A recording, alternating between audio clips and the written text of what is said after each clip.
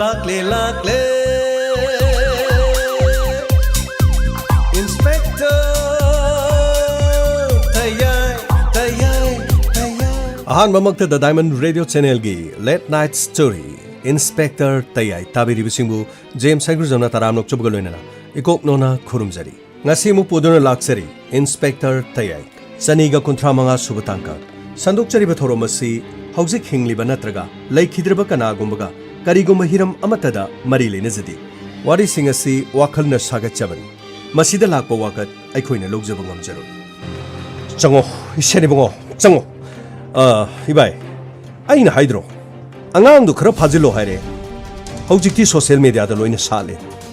kari upai le aini inspector adu su thina gang thore aduga aigi manga simada ibai aini bai da di warning to bani adu wi bai ni yadi aina karimta to bungam da wi mongdi bai no ine Ranjit nang ngamdrabasu aina to gani aigi di shani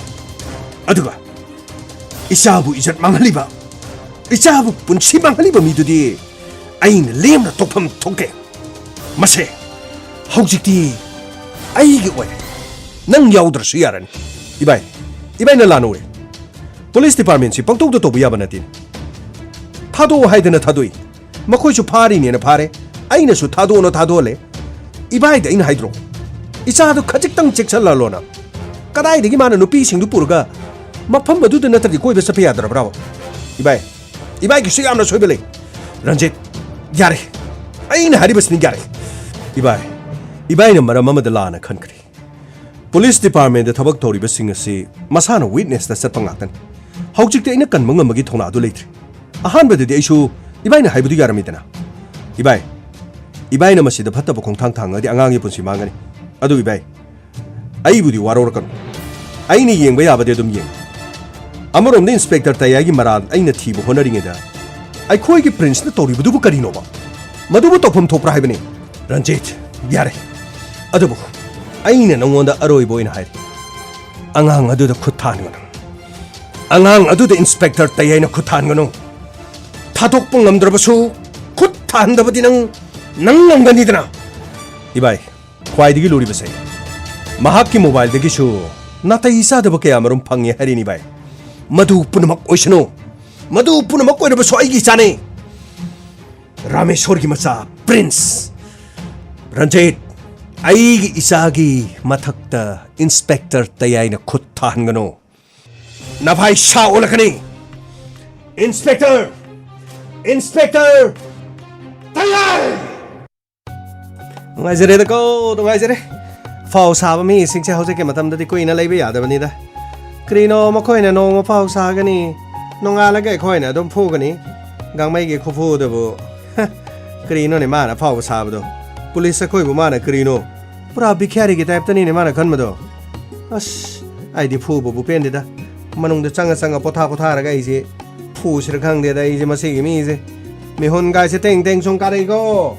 ke do re ga me kana mu funing no as santos na koi di khang pon de da krino asigi prince haibra krino masadi rajkumar ge type to khanjaba mi me leibudo mana phata bak tawraga mana phaba saraga mi warak lini ga na tawre daga ai koi police phusu ma koi ma pha ma sana kya usite na koi din na thomoi do krim da thit tabra ba ai khaktro na koi sungang we yori de adurasu na koi na phori de aduga ani du su khupana amung thabada aseng wasing loi haidore marin di karim yaw do jani prince ki marum da makhoi so phaw sa bajani adu da ni ne pran se prok sa pse karina mongon de yamu setaba ma khag yaw ine akona lokop manung de phat tha do ko do mana sat ka lepaga sar te ai do onse laga ga hey police karino mana to gudu bo as sar te ai jina makho che prok thiega dong khang ba ai sinu ngai tabani no mit gi sing da gi do ni ni jan dos adu gi wabati khusinu ngai te da sar te ai gi mathak tangang ma chai bai ba se akhoi amuk ta tarak hoi SP na aduga karigum matam da DG na mamang thak ta phone to bu kya de yaukre adubu SP Ranjit ki phone ko to du di as padana takhal e mai du di as madu da ni ko skari hai ga da khang de da SP to su phara ge khuna phu ba ya bo re di ko gang mai ge khu phu do amuk tam phu ga da ni da ꯃꯗꯨꯗ ꯈꯪꯒꯗꯕꯅꯤꯗ ꯑꯗꯣ ꯁꯥꯔꯇꯦꯗꯤ ꯀꯥꯏ ꯆꯠꯈ꯭ꯔꯒꯦ ꯃꯅꯨꯡꯗ ꯂꯩꯕꯅꯤꯗ ꯁꯟꯇꯣꯁ ꯍꯧꯖꯤꯛ ꯃꯈꯣꯏ ꯑꯍꯨꯝ ꯐꯔꯦ ꯍꯥꯏꯕꯩ ꯋꯥꯅꯤ ꯀꯦꯁꯗꯤ ꯂꯣꯏꯕ ꯃꯥꯟꯗꯦ ꯃꯄꯥꯗꯨ ꯀꯔꯤꯅꯣ ꯁꯣꯏꯗꯅ ꯍꯥꯏꯔꯛꯇꯧ ꯃꯥꯜꯂꯤ ꯎꯇꯥ ꯆꯥꯗ꯭ꯔꯗꯤ ACPꯗꯣ ꯀꯣꯜ ꯇꯧꯔꯛꯄꯁꯨ ꯌꯥꯏ ꯅꯠꯇ꯭ꯔꯒ ꯀꯔꯤ ꯇꯧꯔꯛꯀꯗꯣꯏꯅꯣ ꯁꯥꯔꯇꯦ ꯍꯥꯏꯕꯨ ꯑꯃꯨꯛ ꯇ꯭ꯔꯥꯟꯁꯐꯔ ꯇꯧꯗꯣꯏꯖꯥꯠꯂꯣ ꯀꯗꯥꯏꯗꯒꯤ ꯇ꯭ꯔꯥꯟꯁꯐꯔ ꯇꯧꯕ ꯉꯝꯗꯣꯏꯅꯣꯗ ꯍꯧꯖꯤꯛꯇꯤ ꯏꯕꯤꯗꯦꯟꯁ ꯉꯥꯛꯇ ꯉꯥꯏꯔꯁꯤꯗꯤ ꯀꯔꯤꯅꯣ ꯃꯈꯣꯏꯅ ꯇꯧꯕ ꯃꯌꯥꯝ ꯀꯔꯤꯅꯣ ꯂꯝꯕꯤꯗ ꯂꯥꯛꯄ ꯀꯔꯤ ꯑꯁ ꯌꯦꯡꯕ ꯉꯝꯗꯦꯅꯦ ꯀꯔꯤꯅꯣ ꯃꯈꯣꯏꯒꯤ ꯚꯤꯗꯤꯑꯣꯗꯣ ꯑꯁ ꯃꯗꯨ ꯑꯃꯨꯛ ꯑꯩꯈꯣꯏꯅ ꯁꯣꯁꯤꯌꯦꯜ ꯃꯤꯗꯤꯌꯥꯗ ꯊꯥꯒꯠꯄꯤꯔꯗꯤ ꯃꯄꯥꯗꯨꯁꯨ ꯍꯔꯥꯎꯖꯒꯗꯕꯅꯤ ꯃꯆꯥ ꯑꯐꯕ ꯄꯣꯛꯄꯒꯤ ꯅꯨꯡꯉꯥꯏꯖꯕꯗꯣꯀꯣ ꯑꯗꯨꯒ ꯁꯇꯣꯁ ꯀꯔꯤꯒꯨꯝꯕ ꯍꯣꯔꯦꯟ ꯐꯣꯟ ꯇꯧꯔꯛꯑꯗꯤ ꯐꯣꯟꯗꯣ ꯇꯥꯞ ꯃꯨꯜꯂꯒꯀꯣ ACP ꯅꯋꯥ ꯂꯧꯗꯦ ꯍꯥꯏꯔꯗꯤ ꯑꯁ ꯑꯩꯗꯤ ꯄꯦꯟꯒꯗꯕ ꯃꯥꯜꯂꯤ ꯑꯗꯨꯒ ꯍꯥꯏ ꯌꯥꯄꯣꯟꯇꯦꯗ ꯅꯪ ꯑꯃꯨꯛ ꯕꯦꯔꯥ ꯀꯥꯔꯣꯏꯗ꯭ꯔꯣ ꯑꯁ ꯑꯗꯨꯕꯨꯗꯤ ꯀꯥꯒꯅꯤꯗ ꯄꯦꯟꯗꯕꯗꯨꯒꯤ ꯋꯥꯅꯤꯗ ꯑꯁ ꯍꯥꯏꯔꯤꯉꯩꯗ ꯂꯥꯛꯏꯅꯦ ꯀꯅꯥꯅꯣ ꯄꯨꯂꯤꯁꯀꯤ ꯇꯤꯝ ꯑꯃ ꯂꯥꯛꯄꯁꯦ ꯃꯥꯒꯤ ACPꯗꯣ ꯃꯥꯜꯂꯤꯗ ꯑꯁ ꯁꯥꯔꯇꯦ ꯍꯥꯏꯗꯤ ꯍꯥꯏꯔꯁꯤ ꯂꯥꯛꯑꯣ ꯑꯝꯇ ꯂꯥꯛꯑꯣ ꯍꯣꯏ ꯆꯠꯁꯤ ꯁꯔ ꯏꯟꯁꯄꯦꯛꯇꯔ ꯇꯦ ꯂꯩꯕ꯭ꯔꯥ ꯁꯔ ꯂꯩ ꯁꯔ ꯑꯩ ꯂꯩ ꯍꯥꯏꯌꯣ ꯐꯒꯅꯤ ꯁꯔ ACP ꯂꯩ ꯑꯩ ꯊꯣꯛꯂꯛꯀꯦ ꯁꯔ ꯏꯟꯁꯄꯦꯛꯇꯔ ꯇꯦ ꯑꯩꯅ ꯅꯉꯣꯟꯗ ꯍꯥꯏꯕ ꯌꯥꯕ ꯑꯩꯅ ꯍꯥꯏꯈ꯭ꯔꯦ ꯑꯗꯨꯕꯨ ꯅꯉꯣꯟꯗ ꯀꯔꯤꯝꯇ ꯆꯪꯗꯦꯅꯦꯀꯣ ꯑꯩꯅ ꯊꯥꯗꯣꯛꯑꯣ ꯍꯥꯏꯗꯅ ꯊꯥꯗꯣꯛꯈ꯭ꯔꯕ ꯃꯤꯗꯨ ꯅꯪꯅ ꯑꯃꯨꯛ ꯅꯝꯗꯅ ꯐꯥꯔꯤꯕꯅꯤ ꯁꯔ ꯑꯩꯅ ꯅꯝꯗꯅ ꯐꯥꯖꯕꯒꯤ ꯋꯥ ꯅꯠꯇꯦ ꯁꯔ ꯁꯣꯁꯤꯌꯦꯜ ꯃꯤꯗꯤꯌꯥꯗ ꯑꯃꯨꯛ ꯃꯍꯥꯛꯀꯤ ꯅꯥꯇꯩ ꯆꯥꯗꯕ ꯚꯤꯗꯤꯑꯣ ꯊꯣꯛꯂꯛꯄꯗꯒꯤ ꯇꯉꯥꯏꯐꯗꯅ ꯃꯍꯥꯛꯄꯨ ꯐꯥꯕꯅꯤ ꯑꯗꯨꯗꯤ ꯅꯍꯥꯟꯒꯤ ꯊꯧꯗꯣꯛ ꯑꯗꯨꯗ ꯆꯦꯟꯅꯕ ꯔꯣꯖꯤ ꯑꯃꯗꯤ ꯗꯤꯄꯛꯇꯤ ꯅꯪꯅ ꯐꯥꯗ꯭ꯔꯤ ꯃꯔꯝ ꯀꯩꯒꯤ ꯁꯔ ꯃꯗꯨ ꯃꯇꯝꯗꯨꯗꯗꯤ ꯔꯣꯖꯤ ꯑꯃꯗꯤ ꯗꯤꯄꯛꯀꯤ ꯃꯊꯛꯇ ꯀꯅꯥꯒꯨꯝꯕ ꯑꯃꯒꯤ ꯀꯝꯄ꯭ꯂꯦꯟ ꯂꯥꯛꯇꯦ ꯁꯔ ꯑꯗꯨꯕꯨ ꯔꯣꯖꯤ ꯑꯃꯗꯤ ꯗꯤꯄꯛ ꯃꯈꯣꯏ ꯑꯅꯤꯕꯨ ꯐꯨꯕ ꯆꯩꯕꯒꯤ ꯚꯤꯗꯤꯑꯣ ꯑꯗꯨꯅ ꯁꯣꯁꯤꯌꯦꯜ ꯃꯤꯗꯤꯌꯥꯗ ꯚꯥꯏꯔꯦꯜ ꯑꯣꯏꯍꯟꯈꯤꯕꯗꯨꯅ ꯃꯔꯝ ꯑꯣꯏꯔꯒ ꯏꯃꯨꯡ ꯑꯅꯤ ꯑꯗꯨꯅ ꯄ꯭ꯔꯤꯟꯁꯀꯤ ꯃꯊꯛꯇ ꯊꯥꯔꯛꯄꯅꯤ ꯁꯔ ꯑꯗꯨꯗꯤ ꯍꯥꯟꯅꯗꯒꯤ ꯄ꯭ꯔꯤꯟꯁꯁꯤ ꯁꯣꯏꯔꯛꯀꯗꯧꯔꯦ ꯍꯥꯏꯕꯁꯤ ꯅꯪꯅ ꯍꯥꯟꯅ ꯎꯕꯒꯤ ꯋꯥꯅꯤ ꯑꯗꯨꯒꯤ ꯅꯠꯇꯦ ꯁꯔ ꯀꯝꯄ꯭ꯂꯦꯟ ꯂꯥꯛꯄꯅꯅꯤ ꯇꯨꯃꯤꯟꯅ ꯂꯩꯌꯣ ꯀꯝꯄ꯭ꯂꯦꯟ ꯂꯥꯛꯄꯅꯅꯤ ꯒꯥꯏ ꯑꯩꯒꯤ ꯀꯅꯥꯅꯣ ꯍꯥꯏꯕꯁꯤ ꯅꯪ ꯈꯪꯉꯕ ꯅꯠꯇ꯭ꯔꯣ ꯃꯍꯥꯛꯄꯨ ꯃꯤ ꯍꯥꯠꯄ꯭ꯔꯕ ꯃꯤ ꯍꯥꯠꯄ ꯅꯝꯕꯔ 4 ꯂꯂꯣꯟꯕ ꯑꯗꯨꯒ ꯅꯤꯁꯥ ꯄꯨꯁꯥ ꯆꯥꯕ ꯃꯤꯔꯣ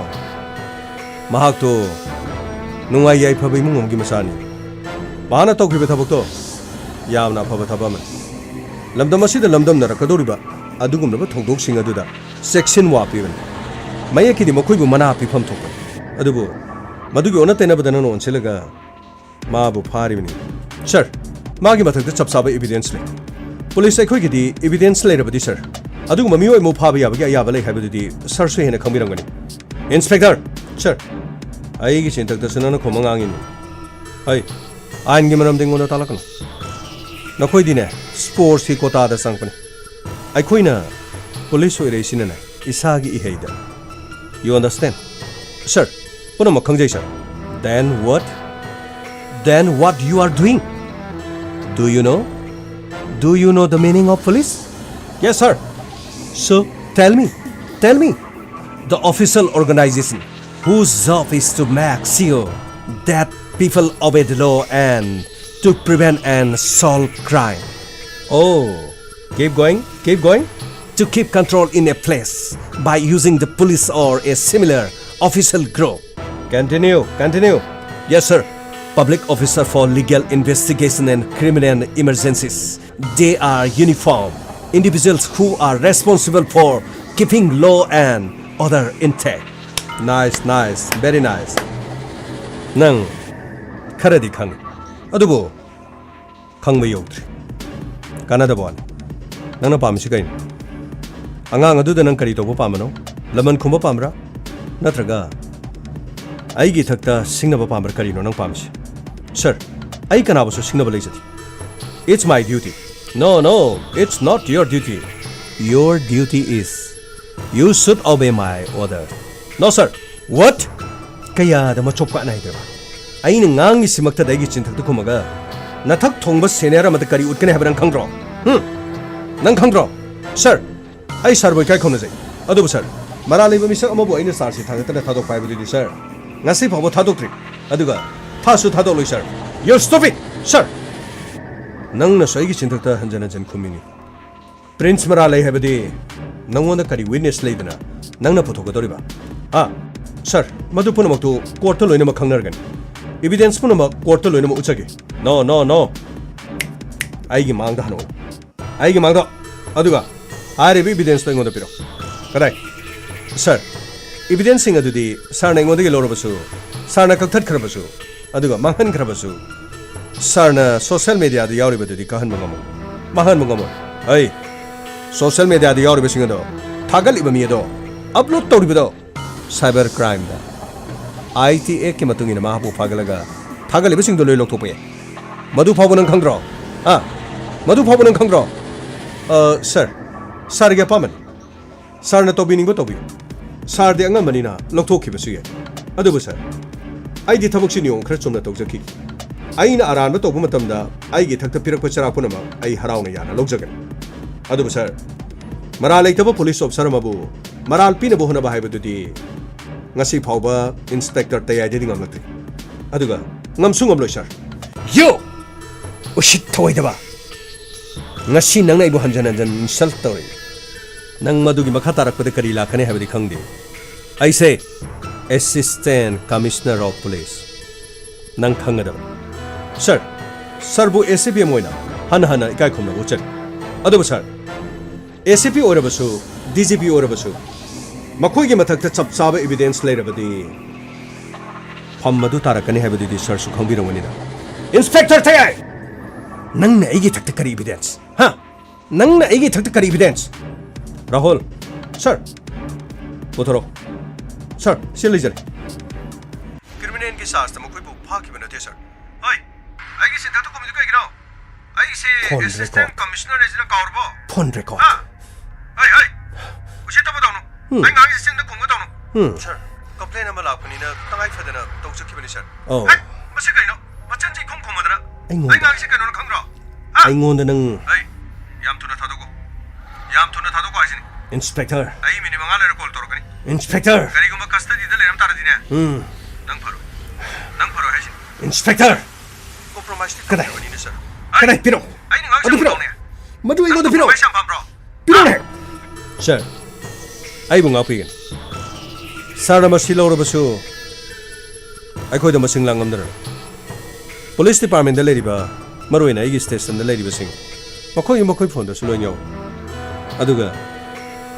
Social media the Mikup Amada. Masi upload to Gumatamda. ACP Sar Ranjay. Adongi Famdi. Adom Tagani. Inspector. Nang I know that. Nang I want to sing it now. Pay. Sir. Sergey. Video crasulazer. Karma video. I get karma video. Sir Namapamasida. I guess they sensitive Sambira Sarna Ibuki Halibamadi. I want the Sarna Nanging Momong the Nanglibase. Masigi video Amadi audio. Record laser. Sarna Young Big Habsuyan. Inspector Tay. Inspector Tay! Nangyo! Sir, Inspector Tay dadi singna birakan. Niyom chumna sasaba pamjaban. Itak thong babu ikai khumna zi. Magi tokpam tokba thabak singdi adumak pangthokna si sir. Kahena singna rakpa taragadi haujik phawbagi upload tawdriba video amadi audio sing. Aina upload tawjarko matamda Sir ACP na Aibu waro bidenaba no luxury. Salute Togzari, sir. Kangidana. Nang Kangidana. Nonsense. Aibu Sinaba. Hey, now, Tasilo. I na Krito Hebdo. Not quite Kangani. Sir, Niti Janasa Pio. Office Yodrib Hobody, video go audio say Tagatsaroida. Karigumi Henzelang nobody, sir. I bung up you go. Inspector, nang kangan hasinino. Sartena, yefre! Eko ni Sartena, yefre! Ngako, ngang sang eko. I could get out money. I couldn't kaheno sit in a tobo supero. Adubu, Paramadi Tambirena. Sir, Karapende, sir. Karamabo Lagna Yabazani, sir. Man was out ngang. A sinabukaram no quick scenario you don't, sir. ꯃꯁꯤꯅ ꯍꯌꯦꯡ ꯐꯝ ꯑꯆꯧꯕꯒꯤ ꯍꯦꯟꯅ ꯄꯥꯏꯈꯠꯂꯛꯇꯅ sir ꯂꯩꯕꯥꯛꯁꯤ ꯀꯥꯡ ꯈꯣꯡ ꯆꯥꯏꯒꯗꯧꯕꯗꯨ ꯁꯔꯨꯛꯄꯨꯗꯤ sir ꯃꯁꯤꯗꯤꯀꯣ sir ꯃꯥꯒꯤ video ꯑꯣꯗꯤꯑꯣꯁꯤ ꯊꯥꯒꯠꯂꯒ ꯃꯥ ꯃꯇꯨꯡꯗ ꯑꯆꯧꯕ ꯐꯝ ꯄꯥꯏꯗꯅ ꯍꯣꯠꯅꯒꯗꯕꯅꯤꯗ ꯁꯔ ꯑꯗꯨꯒ ꯁꯔ ꯀꯔꯤꯅꯣ ꯁꯔ ꯑꯁ ꯁꯔꯗꯤ ꯉꯁꯥꯏ ꯀꯔꯤꯅꯣ ꯑꯁ ꯏꯪꯂꯤꯁ ꯀꯥꯁꯨ ꯐꯗꯪ ꯂꯣꯜꯂꯤꯅꯤ ꯁꯔ ꯑꯩꯈꯣꯏ ꯁꯔꯁꯤ ꯏꯪꯂꯤꯁꯁꯤ ꯀꯔꯥꯏ ꯇꯝꯖꯥꯠꯅꯣ ꯁꯔ ꯑꯩꯗꯤ ꯑꯁ ꯏꯪꯂꯤꯁꯇꯤ ꯌꯥꯝꯅ ꯄꯥꯝꯕꯅꯦ ꯁꯔ ꯑꯗꯨꯒ ꯁꯔ ꯇꯝꯄꯥꯛꯇꯗꯤ ꯏꯪꯂꯤꯁ ꯂꯣꯟꯕꯁꯤ ꯌꯥꯝꯅ ꯁꯥꯎꯅꯕꯅꯤꯀꯣ ꯁꯔ ꯑꯗꯨꯕꯨ ꯑꯩꯈꯣꯏ ꯆꯤꯡꯒꯤ ꯑꯦꯔꯤꯌꯥꯗꯗꯤ ꯁꯔ ꯏꯪꯂꯤꯁ ꯂꯣꯟꯕꯗꯤ ꯁꯥꯎꯗꯦ ꯏꯪꯂꯤꯁ ꯂꯣꯟꯕꯗꯤꯀꯣ ꯂꯣꯟꯗꯨꯁꯨ ꯌꯥꯝꯅ ꯀꯥꯟꯅꯕ ꯐꯪꯉꯦ ꯃꯤꯒꯗꯁꯨ ꯄꯥꯎ ꯐꯥꯎꯅꯕꯗꯁꯨ ꯑꯃꯒꯁꯨ ꯒ꯭ꯌꯥꯟ ꯇꯥꯅꯩꯗꯅꯀꯣ ꯁꯔ ꯑꯩꯈꯣꯏ ꯆꯤꯡꯗꯗꯤ ꯏꯪꯂꯤꯁ ꯂꯣꯟꯕꯁꯤ ꯌꯥꯝ ꯊꯥꯒꯠꯅꯩꯀꯣ ꯁꯔ ꯑꯗꯨꯕꯨ ꯉꯁꯥꯏꯗꯒꯤ ꯇꯥꯕ ꯃꯤꯁꯤꯡꯅꯗꯤ ꯃꯈꯥꯗ ꯀꯔꯤꯅꯣ ꯑꯗꯨꯝ ꯏꯔꯝꯕꯁꯨ ꯌꯥꯏꯀꯣ ꯁꯔ ꯒꯥꯡꯃꯩ ꯑꯆꯨꯝꯕꯅꯤ ꯑꯩꯈꯣꯏ ꯂꯝꯗꯝꯁꯤꯗꯗꯤ ꯀꯅꯥꯒꯨꯝꯕ ꯁꯥꯎꯕꯁꯨ ꯌꯥꯝꯅ ꯂꯩ ꯑꯗꯨꯕꯨ ꯂꯣꯟ ꯍꯥꯏꯕꯁꯤ ꯌꯥꯝꯅ ꯈꯪꯕ ꯀꯩꯁꯨ ꯀꯥꯏꯗꯦ ꯂꯣꯟ ꯃꯁꯤꯡ ꯌꯥꯝꯅ ꯈꯪꯕ ꯃꯤꯗꯤ ꯏꯀꯥꯏ ꯈꯨꯝꯅꯔꯤꯕꯅꯤ ꯃꯤ ꯑꯃꯅ ꯂꯣꯟ 35 ꯈꯪꯉꯤ ꯍꯥꯏꯔꯗꯤ ꯑꯣꯟꯊꯣꯛꯅ ꯏꯀꯥꯏ ꯈꯨꯝꯅꯈ꯭ꯔꯖꯥꯠꯅꯤꯗ ꯑꯗꯨꯕꯨ ꯉꯥꯡꯕꯁꯤꯁꯨ ꯐꯩ ꯉꯥꯡꯗ꯭ꯔꯕꯗꯤ ꯍꯩꯔꯣꯏ ꯉꯥꯡꯅ ꯑꯁꯣꯏꯕ ꯌꯥꯎꯔꯛꯂꯕꯁꯨ ꯁꯦꯝꯗꯣꯛꯅꯔꯀꯥꯟꯗ ꯑꯃꯒ ꯀꯝꯃ꯭ꯌꯨꯅꯤꯀꯦꯁꯟꯁꯦ ꯃꯁꯤꯒꯤ ꯁ꯭ꯀꯤꯜꯁꯤ ꯌꯥꯝꯅ ꯍꯦꯜꯂꯤꯕ ꯃꯈꯩ ꯑꯩꯈꯣꯏ ꯃꯤꯑꯣꯏꯕꯅ ꯂꯧꯁꯤꯡ ꯂꯩꯕ ꯍꯦꯟꯒꯗꯧꯔꯤꯕꯅꯤ ꯑꯁ ꯁꯔ ꯌꯥꯝꯅ ꯅꯨꯡꯉꯥꯏꯌꯦ ꯁꯔꯒꯤ ꯋꯥꯁꯦ ꯔꯥꯍꯨꯜ ꯁꯟꯇꯣꯁ ꯉꯁꯤ ꯁꯔꯇꯤ ꯑꯩꯅ SCP ꯂꯥꯛꯄꯗ ꯑꯩꯈꯣꯏ ꯁꯥꯔꯅ ꯅꯩꯈꯤꯕꯗꯨꯗꯤ ꯑꯁ ꯌꯥꯝꯅ ꯊꯤꯅ ꯅꯨꯡꯉꯥꯏꯕ ꯋꯥꯅꯤꯗ ꯀꯔꯤꯅꯣ ꯐꯖꯕ ꯐꯤꯂꯝ ꯑꯃ ꯌꯦꯡꯕꯒ ꯆꯥꯕꯩ ꯃꯥꯟꯅꯩꯗꯀꯣ ꯒꯥꯡꯃꯩ ꯑꯩꯅ ꯅꯨꯡꯉꯥꯏꯕꯗꯤ ꯁꯤꯗꯒꯤ ꯑꯃꯁꯨ ꯂꯩꯔꯤꯌꯦ ꯀꯔꯤꯅꯣ ꯀꯔꯝꯕꯅꯣ ꯅꯪꯅ ꯅꯨꯡꯉꯥꯏꯔꯤꯁꯤꯅ ꯔꯥꯍꯨꯜ ꯅꯪꯗꯤ ꯃꯌꯥꯝꯗꯒꯤ ꯀꯔꯟ ꯇꯥꯕꯅꯤꯅ ꯅꯪꯅ ꯅꯨꯡꯉꯥꯏꯕꯗꯤ ꯇꯣꯉꯥꯟꯂꯝꯗꯧ ꯃꯥꯜꯂꯦꯗ ꯒꯥꯡꯃꯩ ꯀꯦꯁ ꯑꯁꯤꯗ ꯈ꯭ꯋꯥꯏꯗꯒꯤ ꯑꯩꯈꯣꯏꯒꯤ ꯃꯇꯦꯡ ꯄꯥꯡꯈꯤꯕꯤ ꯃꯦꯗꯝ ꯇꯝꯐꯥ ꯑꯃꯗꯤ ꯀꯟꯁꯇꯦꯕꯜ ꯁꯔꯤꯇꯥ ꯃꯦꯗꯝ ꯑꯃꯗꯤ ꯁꯔꯤꯇꯥꯒꯤꯗꯃꯛꯇ ꯑꯩꯈꯣꯏ ꯊꯥꯒꯠꯐꯝ ꯊꯣꯛꯇꯕ꯭ꯔꯅꯦ ꯑꯁ ꯀꯔꯤꯅꯣꯗ ꯅꯪꯅ ꯉꯥꯡꯕ ꯋꯥꯗꯣ ꯑꯗꯨꯗꯤ ꯃꯦꯗꯝ ꯂꯥꯛꯑꯀꯥꯟꯗꯀꯣ ꯃꯉꯣꯟꯗ ꯀꯔꯤꯅꯣ ꯑꯩꯈꯣꯏ ꯃꯌꯥꯝ ꯊꯥꯒꯠꯄꯤꯕꯒꯤ ꯀꯔꯤꯅꯣ ꯈꯔ ꯂꯩꯕꯤꯔꯝꯃꯣ ꯍꯣꯔꯦꯟ ꯁꯥ ꯌꯦꯟ ꯆꯥꯅꯕ ꯑꯩꯈꯣꯏ ꯈꯣꯡꯗ꯭ꯔꯨꯝ ꯆꯥꯕꯗ ꯁꯤꯗꯣꯔꯦꯅꯀꯣ ꯍꯥꯏꯔꯒ ꯂꯣꯏꯔꯦ ꯑꯗꯨꯕꯨ ꯌꯥꯝꯅ ꯆꯨꯝꯃꯦ ꯌꯥꯝ ꯆꯨꯝꯃꯦ ꯒꯥꯡꯃꯩꯅ ꯍꯥꯏꯁꯤ ꯆꯨꯝꯃꯦ ꯉꯥꯏꯈꯣ ꯀꯩꯅꯣ ꯍꯥꯏꯁꯤꯕꯣ ꯁꯤꯗꯩꯗ ꯃꯦꯁ ꯐꯤꯁꯨ ꯑꯩꯅ ꯄꯥꯏꯕ ꯅꯠꯇꯦ ꯅꯈꯣꯏ ꯁꯤꯗꯩꯗ ꯇꯔꯟ ꯇꯧꯔꯒ ꯁꯟꯇꯣꯁ ꯅꯣꯏ ꯁꯤꯟꯗ꯭ꯔꯣ ꯁꯔ ꯑꯗꯨꯝ ꯁꯤꯜꯂꯦ ꯁꯔ ꯑꯗꯨ ꯀꯔꯤꯅꯣ ꯈꯣꯡꯗ꯭ꯔꯨꯝ ꯆꯥꯕꯗ ꯁꯤꯗꯧꯔꯦ ꯍꯥꯏꯁꯤ ꯀꯩꯅꯣ ꯁꯔ ꯐꯥꯒꯤ ꯇꯧꯕꯅꯤꯕ ꯑꯁ ꯑꯩꯈꯣꯏ ꯁꯔꯁꯤꯅ ꯑꯃꯨꯛ ꯃꯤ ꯒꯥꯡꯃꯩꯅ ꯑꯃꯨꯛ ꯍꯥꯏꯔꯦꯅ ꯑꯃꯨꯛ ꯑꯩ ꯑꯃꯨꯛ ꯍꯣꯔꯦꯟꯗꯒꯤ ꯑꯃꯨꯛ ꯊꯨꯝ ꯊꯥꯛꯇꯕ ꯏꯟꯁꯥꯡ ꯑꯃꯨꯛ ꯄꯤꯖꯕ ꯇꯥꯔꯦꯗ ꯁꯔ ꯄꯨꯂꯤꯁ ꯁ꯭ꯇꯦꯁꯟ ꯑꯇꯩꯗꯒꯤꯗꯤ ꯁꯔ ꯇꯦꯒꯤ ꯄꯨꯂꯤꯁ ꯁ꯭ꯇꯦꯁꯟꯅ ꯈ꯭ꯋꯥꯏꯗꯒꯤ ꯑꯩꯈꯣꯏꯒꯤ ꯆꯥꯕ ꯊꯛꯄꯗ ꯅꯨꯡꯉꯥꯏꯕ ꯑꯣꯏꯔꯤꯅꯤ ꯁꯔ ꯈꯣꯡꯗ꯭ꯔꯨꯝ ꯑꯣꯏꯔꯁꯨ ꯃꯆꯨ ꯇꯥꯅ ꯊꯣꯡꯉꯗꯤ ꯑꯗꯨꯝ ꯍꯥꯎꯏꯗ ꯍꯋꯥꯏꯒ ꯌꯦꯟꯗꯦꯝꯒ ꯊꯣꯡꯕꯁꯨ ꯑꯗꯨꯝ ꯍꯥꯎꯏꯗꯣ ꯑꯗꯨꯒ ꯁꯔ ꯃꯐꯝ ꯑꯁꯤꯗ ꯊꯣꯡꯕꯁꯤꯡꯗꯤꯀꯣ ꯁꯔ ꯂꯣꯏꯅ ꯍꯥꯎꯕꯒꯤ ꯍꯥꯎꯕ ꯉꯥꯛꯇꯅꯤda ꯑꯁ ꯅꯍꯥꯟꯗꯤꯀꯣ ꯁꯔ ꯕꯦꯂꯦꯟꯗ꯭ꯔꯤꯒ ꯄꯀꯣꯔꯥꯒ ꯊꯣꯡꯕ ꯑꯃ ꯌꯥꯎꯈ꯭रे सर अस मदुगी नुमितुदी सर बेलेंद्रीना कराई सखिबनो पकोराना कराई सखिबनो खंगदे सर अस सर करिनो प्रो प्रो चिंगरबदको मनुंगदो प्रो प्रो ताखिबनिने सर यारे ए कनानो लाइसे ए अखोय मेडम त बालाखरे अस मेडम त बालाइङेदा मसि इन्साङ हाउबम चानबा मयाम खै थाउसेको मेडम त बादे अखोय मयाम संग करिनो खरा खेताउसेको गामै मैडम वेलकम मैडम बुतराम नोक्सरी मैडम गमै यम नुमाइरे अदुगा अखोगी सिस्टर सरिता बुसो तराम नोक्सरी गमै थैंक यू तंफा अमदी सरिता गी दमक मयाम कोबाक होबम तो खुसे मखोय बुतराम नोम तोक्से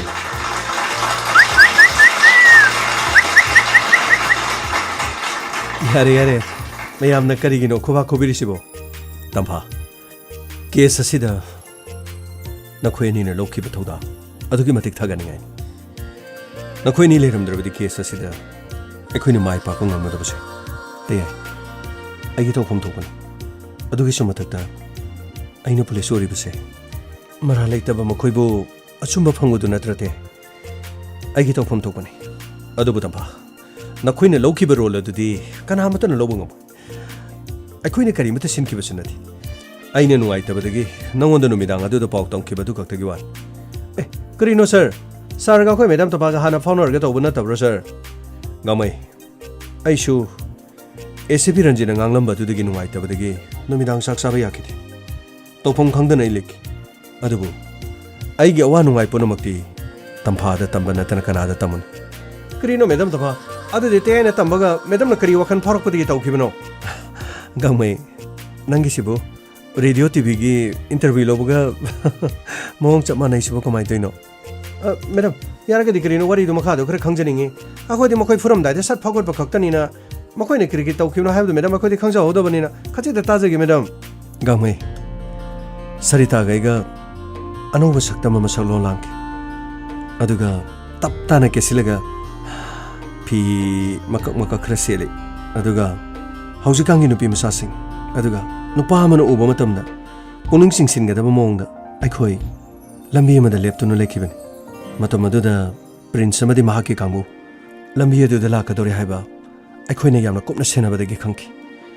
ꯃꯈꯣꯏꯅ ꯂꯥꯛꯀꯗꯕ ꯂꯝꯕꯤ ꯃꯄꯥ ꯑꯗꯨꯗ ꯑꯩꯈꯣꯏ ꯂꯦꯞꯇꯨꯅ ꯂꯩꯈꯤꯕꯅꯤ ꯒꯥꯔꯤ ꯍꯦꯟꯗꯣꯛꯇꯨꯅ ꯆꯠꯈꯤ ꯒꯥꯔꯤ ꯃꯅꯤꯡ ꯍꯜꯂꯛꯈꯤ ꯃꯗꯨꯒꯤ ꯃꯇꯨꯡꯗꯒꯤ ꯍꯥꯏ ꯕꯦꯕꯤ ꯒꯥꯔꯤꯗ ꯀꯥꯈꯠꯁꯤ ꯁꯤꯅꯤꯗꯅ ꯃꯗꯨꯗꯒꯤ ꯃꯈꯣꯏꯅ ꯍꯥꯏꯕꯗꯨꯗ ꯀꯔꯤꯒꯨꯝꯕ ꯌꯥꯅꯤꯡꯗꯕ ꯑꯃꯠꯇ ꯎꯠꯇꯅ ꯑꯩꯈꯣꯏ ꯏꯁꯥꯅ ꯌꯥꯅꯤꯡꯅ ꯒꯥꯔꯤ ꯑꯗꯨꯗ ꯇꯣꯡꯈꯤ ꯃꯈꯣꯏꯗ ꯏꯔꯥꯡ ꯇꯧꯁꯤꯟꯈꯤ ꯃꯈꯣꯏꯅ ꯍꯥꯏꯕ ꯋꯥꯍꯩꯁꯤꯡꯅ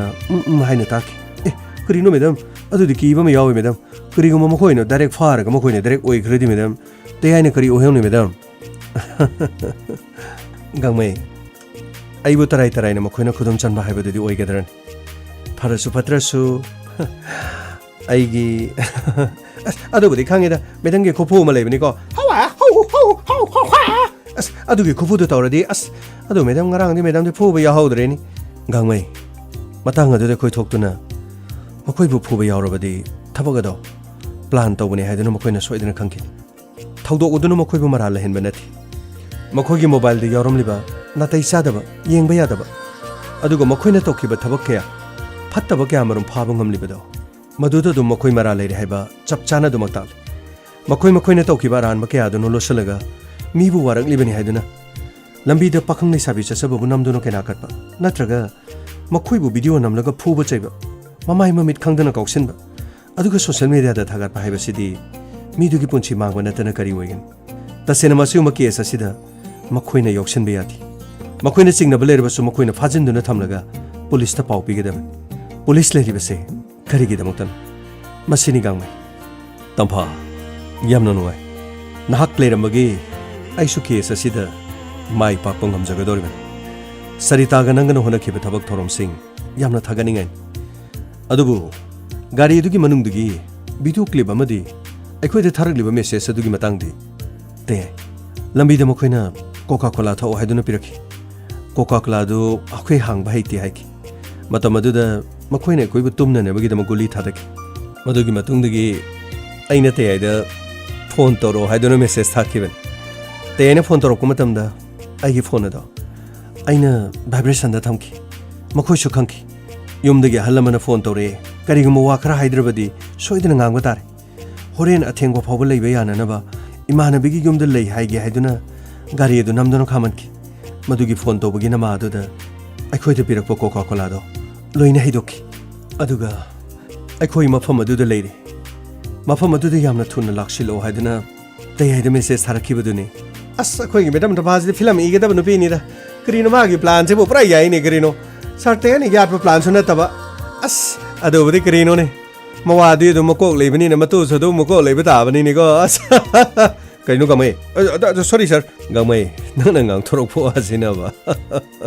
ꯑꯗꯨꯒ ꯃꯦꯗꯥꯝ ꯇꯝꯐꯥ ꯀꯔꯤꯅꯣ ꯒꯥꯔꯤ ꯃꯅꯨꯡꯗꯒꯤ ꯅꯨꯄꯤꯒꯤ ꯃꯈꯣꯡꯉꯣ ꯀꯔꯤꯌꯣ ꯑꯗꯒꯤ ꯈꯨꯔꯥꯏꯋꯣ ꯀꯔꯤꯅꯣ ꯃꯃꯥꯏꯗꯤ ꯎꯠꯇꯨꯅ ꯚꯤꯗꯤꯑꯣ ꯇꯧꯕꯗꯨꯅ ꯃꯗꯨꯒꯤ ꯃꯇꯥꯡꯗꯨꯅ ꯀꯃꯥꯏꯅ ꯇꯧꯕꯅꯣ ꯑꯗꯨꯅ ꯁꯔꯤꯇꯥꯅ ꯑꯩꯉꯣꯟꯗ ꯅꯝꯍꯟꯕꯅꯦ ꯃꯇꯝ ꯑꯗꯨꯗ ꯑꯩꯈꯣꯏ ꯀꯣꯛ ꯉꯥꯎꯔꯦ ꯍꯥꯏꯗꯨꯅ ꯒꯥꯔꯤꯗꯒꯤ ꯀꯨꯝꯊꯕ ꯉꯝꯗꯕ ꯁꯥꯔꯒ ꯂꯩꯈꯤ ꯃꯗꯨꯗꯒꯤ ꯃꯈꯣꯏꯅ ꯌꯨ ꯊꯛꯁꯦ ꯍꯥꯏꯔꯛꯄꯅꯦ ꯑꯩꯈꯣꯏ ꯒꯥꯔꯤꯗ ꯇꯨꯝꯗꯨꯅ ꯂꯩꯒꯦ ꯅꯈꯣꯏ ꯌꯨ ꯊꯛꯄ ꯂꯣꯏꯔꯒ ꯑꯗꯨꯝ ꯂꯥꯛꯑꯣ ꯍꯥꯏꯗꯨꯅ ꯑꯩꯈꯣꯏꯅꯦ ꯀꯔꯤꯒꯨꯝꯕ ꯑꯃꯇ ꯆꯤꯡꯅꯍꯟꯗꯅ ꯂꯩꯈꯤ ꯃꯗꯨꯗꯒꯤ ꯃꯈꯣꯏ ꯌꯨ ꯊꯛꯈꯤ ꯃꯈꯣꯏꯅ ꯌꯨ ꯊꯛꯂꯤꯉꯩꯗ ꯑꯩꯅ ꯐꯣꯟ ꯂꯧꯊꯣꯛꯑꯒ ꯑꯩꯉꯣꯟꯗ ꯚꯤꯗꯤꯑꯣꯗꯣ ꯁꯔꯤꯇꯥꯅ ꯅꯝꯍꯟꯈꯤꯕꯅꯤ ꯃꯗꯨꯗꯒꯤ ꯒꯥꯔꯤꯒꯤ ꯗ꯭ꯔꯋꯥꯔ ꯆꯤꯡꯊꯣꯛꯑꯒ ꯒꯥꯔꯤ ꯑꯗꯨꯒꯤ ꯆꯦ ꯆꯥꯡ ꯑꯗꯨꯁꯨ ꯚꯤꯗꯤꯑꯣ ꯅꯝꯈꯤ ꯂꯩꯄꯥꯛ ꯃꯤꯌꯥꯝꯗ ꯈꯪꯍꯟꯈꯤ ꯄ꯭ꯔꯤꯟꯁꯅ ꯃꯤ ꯋꯥꯔꯛꯂꯤꯕꯗꯨ ꯃꯍꯥꯛ ꯇꯁꯦꯡꯅꯃꯛ ꯃꯍꯥꯛꯁꯨ ꯑꯣꯛꯇꯕ ꯂꯤꯆꯠ ꯆꯠꯄ ꯃꯤ ꯑꯃꯅꯤ ꯍꯥꯏꯕꯗꯨ ꯀꯔꯤꯒꯨꯝꯕ ꯁꯔꯤꯇꯥ ꯑꯃꯗꯤ ꯑꯩ ꯑꯣꯏꯔꯝꯗ꯭ꯔꯕꯁꯨ ꯃꯐꯝ ꯑꯗꯨꯗ ꯅꯨꯄꯤ ꯃꯆꯥ ꯑꯅꯤ ꯁꯣꯏꯗꯅꯃꯛꯀꯤ ꯂꯩꯔꯝꯂꯕꯗꯤ ꯈꯨꯗꯣꯡꯊꯤꯕ ꯁꯣꯏꯗꯅꯃꯛꯀꯤ ꯅꯪꯂꯝꯒꯅꯤ ꯌꯥꯝꯅ ꯆꯨꯝꯃꯤ ꯇꯝꯐꯥ ꯀꯔꯤꯒꯨꯝꯕ ꯃꯐꯝ ꯑꯗꯨꯗ ꯑꯇꯣꯞꯄ ꯅꯨꯄꯤ ꯃꯆꯥꯁꯤꯡ ꯑꯣꯏꯔꯝꯂꯕꯗꯤ ꯃꯈꯣꯏꯅ ꯁꯣꯏꯗꯅ ꯏꯖꯠ ꯃꯥꯡꯍꯟꯒꯅꯤ ꯑꯗꯨꯕꯨ ꯍꯧꯖꯤꯛ ꯌꯦꯡꯕ ꯇꯥꯔꯦ ꯃꯈꯣꯏꯒꯤ ꯃꯔꯥꯜ ꯃꯁꯥꯅ ꯌꯥꯖꯕ꯭ꯔꯥ ꯌꯥꯖꯗꯕ꯭ꯔꯥ ꯍꯥꯏꯕꯗꯨ ꯃꯁꯤ ꯈꯛꯇ ꯅꯠꯇꯅ ꯑꯇꯣꯞꯄ ꯀꯦꯁꯁꯤꯡꯗ ꯀꯔꯤ ꯀꯔꯤ ꯆꯦꯟꯅꯩ ꯍꯥꯏꯕꯗꯨ ꯑꯩꯈꯣꯏ ꯊꯤꯕ ꯑꯃ ꯆꯪꯏ ꯃꯈꯣꯏ ꯑꯔꯥꯏꯕ ꯃꯤ ꯑꯃꯗꯤ ꯑꯣꯏꯔꯣꯏ ꯑꯗꯨꯒ ꯄ꯭ꯔꯤꯟꯁꯀꯤ ꯃꯄꯥ ꯔꯥꯃꯦꯁꯣꯔ ꯀꯔꯤꯒꯨꯝꯕ ꯈꯔꯗꯤ ꯃꯆꯥ ꯂꯧꯊꯣꯛꯅꯅꯕꯒꯤꯗꯃꯛ ꯇꯧꯔꯛꯀꯅꯤ ꯍꯥꯏꯕꯁꯦ ꯑꯩꯅ ꯊꯥꯖꯕ ꯂꯩ ꯆꯠꯈ꯭ꯔꯤꯕ ACP ꯑꯔꯥꯏꯕ ꯅꯠꯇꯦ ꯁꯣꯏꯗꯅꯃꯛꯀꯤ ꯃꯍꯥꯛꯅ ꯉꯝꯖꯕꯤ ꯊꯥꯛꯇ ꯀꯔꯤꯒꯨꯝꯕ ꯈꯔꯗꯤ ꯇꯧꯔꯛꯀꯅꯤ ꯃꯔꯛ ꯑꯁꯤꯗ ꯑꯩꯈꯣꯏꯅ ACPꯕꯨ ꯀꯤꯍꯟꯈꯤꯕꯗꯨ ꯑꯃꯔꯣꯝꯗ ꯀꯥꯟꯅꯕ ꯂꯥꯛꯄꯁꯨ ꯌꯥꯏ ꯃꯥꯅ ꯃꯐꯝ ꯑꯁꯤꯗ ꯇꯧꯈꯤꯕ ꯙꯞ ꯃꯌꯥꯝ ꯑꯗꯨ ꯀꯔꯤꯒꯨꯝꯕ ꯇꯧꯔꯛꯂꯕꯗꯤ ꯂꯩꯔꯤꯕ ꯑꯣꯗꯤꯑꯣ ꯑꯃꯗꯤ ꯚꯤꯗꯤꯑꯣꯁꯤꯡ ꯑꯁꯤ ꯁꯤꯖꯤꯟꯅꯕ ꯇꯥꯕꯅꯤ ꯇꯦ ꯑꯗꯨꯗꯤ ꯑꯩꯈꯣꯏꯁꯨ ꯆꯠꯅꯕ ꯇꯧꯔꯒꯦ ꯇꯉꯥꯏꯐꯗꯕ ꯂꯩꯔꯕꯗꯤ ꯑꯩꯕꯨ ꯅꯤꯡꯁꯤꯡꯕꯤꯔꯛꯑꯣ ꯁꯔꯤꯇꯥ ꯑꯩꯈꯣꯏ ꯆꯠꯅꯕ ꯇꯧꯁꯤꯔꯥ ꯍꯣꯏ ꯃꯦꯗꯥꯝ ꯇꯝꯐꯥ ꯍꯥꯏꯅꯤꯡꯉꯥꯏ ꯂꯩꯇꯅ ꯊꯥꯒꯠꯆꯔꯤ ꯀꯔꯤꯒꯨꯝꯕ ꯗꯔꯀꯥꯔ ꯂꯩꯕ ꯃꯇꯝꯗ ꯑꯩꯒꯤꯗꯃꯛ ꯁꯣꯏꯗꯅ ꯃꯇꯦꯡ ꯄꯥꯡꯕꯤꯔꯛꯀꯅꯤ ꯇꯌꯥꯏ ꯀꯩꯅꯣ ꯍꯥꯏꯕꯤꯔꯤꯗꯨꯕꯨ ꯑꯩ ꯁꯣꯏꯗꯅ ꯃꯇꯦꯡ ꯄꯥꯡꯖꯒꯅꯤ ꯐꯔꯦ ꯑꯗꯨꯗꯤ ꯒꯥꯡꯃꯩ ꯔꯥꯍꯨꯜ ꯁꯟꯇꯣꯁ ꯃꯌꯥꯝ ꯑꯗꯨꯗꯤ ꯑꯩ ꯑꯃꯨꯛ ꯆꯠꯂꯨꯈꯤꯒꯦ ꯑꯩ ꯑꯃꯨꯛ ꯀꯣꯟꯅ ꯂꯥꯛꯑꯒꯦꯀꯣ ꯑꯁ ꯀꯔꯤꯅꯣ ꯀꯅꯥꯃꯇ ꯍꯥꯏꯗ꯭ꯔꯦꯅꯦ ꯑꯁꯨꯝ ꯊꯥꯒꯠꯁꯟꯅꯔꯒ ꯈꯨꯕꯥꯛ ꯈꯔ ꯈꯨꯔꯒ ꯑꯗꯨꯝ ꯇꯧꯔꯒ ꯑꯗꯨꯝ ꯆꯠꯈꯤꯗꯣꯔꯦꯅꯦ ꯇꯧꯔꯤꯁꯦ ꯍꯣꯔꯦꯟꯁꯨ ꯈꯣꯡꯗ꯭ꯔꯨꯝ ꯊꯣꯡꯕꯗ ꯑꯗꯨꯝ ꯇꯥꯔꯅꯤꯅꯦ ꯇꯧꯔꯤꯁꯦ ꯑꯁ ꯀꯩꯅꯣ ꯒꯥꯡꯃꯩ ꯀꯔꯤ ꯍꯥꯏꯒꯦ ꯑꯁ ꯁꯥꯔ ꯂꯣꯏꯅ ꯀꯥꯎꯈ꯭ꯔ ꯃꯥꯜꯂꯦꯗ ꯁꯥꯔ ꯃꯌꯥꯝꯁꯦ ꯃꯦꯗꯥꯝ ꯒꯥꯡꯃꯩ ꯀꯩꯗꯧꯔꯒꯦ ꯃꯦꯗꯥꯝ ꯀꯔꯤꯅꯣꯝꯇ ꯍꯥꯏꯒꯦꯕ ꯃꯦꯗꯥꯝ ꯀꯩꯅꯣ ꯍꯥꯏꯌꯣ ꯀꯔꯤ ꯍꯥꯏꯒꯦ ꯍꯥꯏꯅꯣ ꯃꯌꯥꯝꯅ ꯁꯨꯝ ꯍꯥꯏꯕꯅꯤꯗ ꯃꯦꯗꯥꯝ ꯑꯩꯅꯕꯨꯗꯤ ꯅꯠꯇꯕ ꯃꯦꯗꯥꯝꯅ ꯑꯐꯕ ꯊꯕꯛ ꯇꯧꯕꯒꯤ ꯃꯌꯥꯝꯅ ꯁꯨꯝ ꯅꯨꯡꯉꯥꯏꯕ ꯐꯣꯡꯗꯣꯛꯄꯒꯤ ꯑꯣꯏꯅ ꯉꯁꯤꯗꯤ ꯏꯟꯁꯥꯡ ꯆꯔꯥ ꯃꯆꯥ ꯑꯁꯤ ꯃꯦꯗꯥꯝꯁꯨ ꯌꯥꯎꯈꯣ ꯍꯥꯏꯒꯦ ꯇꯧꯕꯅꯤꯗ ꯇꯧꯔꯤꯁꯤ ꯌꯦꯡꯉꯨꯀꯣ ꯁꯤꯗ ꯑꯗꯨꯝ ꯍꯣꯔꯦꯟ ꯆꯥꯔꯁꯨ ꯌꯥꯕꯗꯣ ꯃꯥꯅ ꯑꯃꯨꯛ ꯁꯤ ꯇꯧꯔꯤꯁꯤ ꯌꯦꯡꯉꯨ ꯃꯦꯗꯥꯝ ꯁꯥꯔ ꯇꯦꯅꯁꯨ ꯉꯁꯥꯏꯗꯒꯤ ꯑꯗꯨꯝ ꯍꯥꯏꯕꯅꯦ ꯑꯗꯣ ꯑꯩꯈꯣꯏ ꯍꯥꯏꯕ ꯀꯥꯎꯍꯧꯔꯕ ꯍꯥ ꯑꯩꯁꯨ ꯌꯥꯎ ꯍꯥꯏꯔꯣ ꯑꯩꯗꯤ ꯌꯥꯎꯕ ꯌꯥꯔꯣꯏ ꯊꯕꯛ ꯌꯥꯝꯅ ꯋꯥꯠꯂꯤ ꯍꯦꯗ ꯀ꯭ꯋꯥꯇꯔꯗꯁꯨ ꯌꯧꯒꯗꯕꯅꯤ ꯁꯦ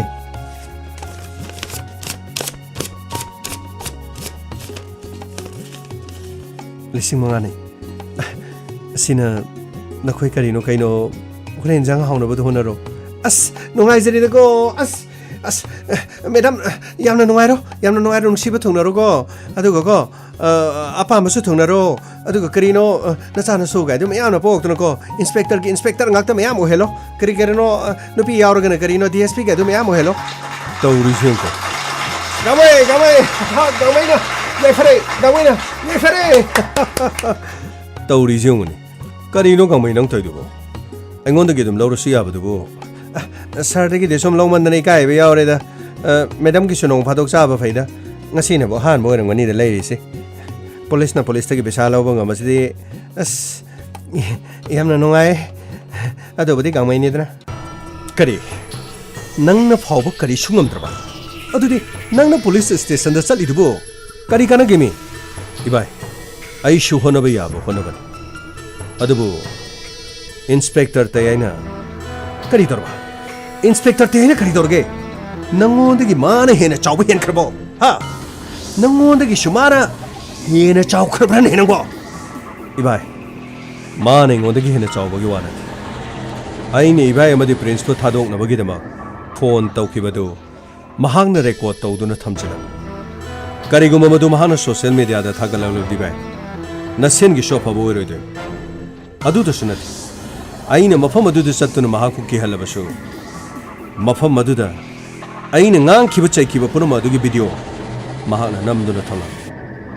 까리고 마 소셜 미디어다 마두 바이럴 오이럭라바디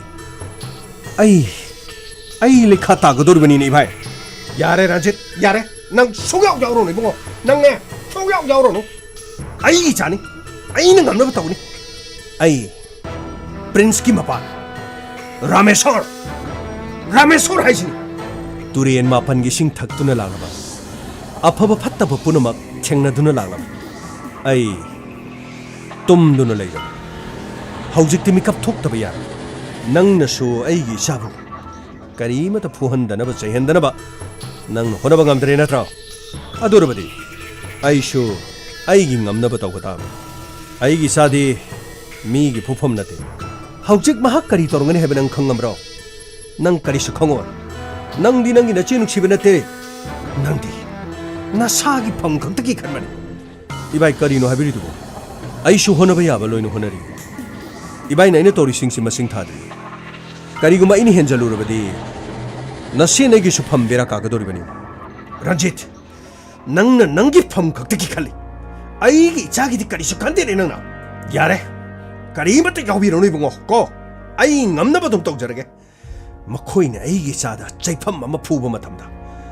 아이네 인스펙터 따야기 마팜다 자이 사마 푸부기 닥팜마도 아이네 레헨가니 ꯌꯦꯡꯕ ꯇꯥꯔꯦꯗꯅ ꯌꯦꯡꯕ ꯇꯥꯔꯦꯗꯅ ꯀꯅꯥꯅ ꯉꯝꯃꯤ ꯍꯥꯏꯕꯗꯨ ꯌꯦꯡꯕ ꯇꯥꯔꯦꯗꯅ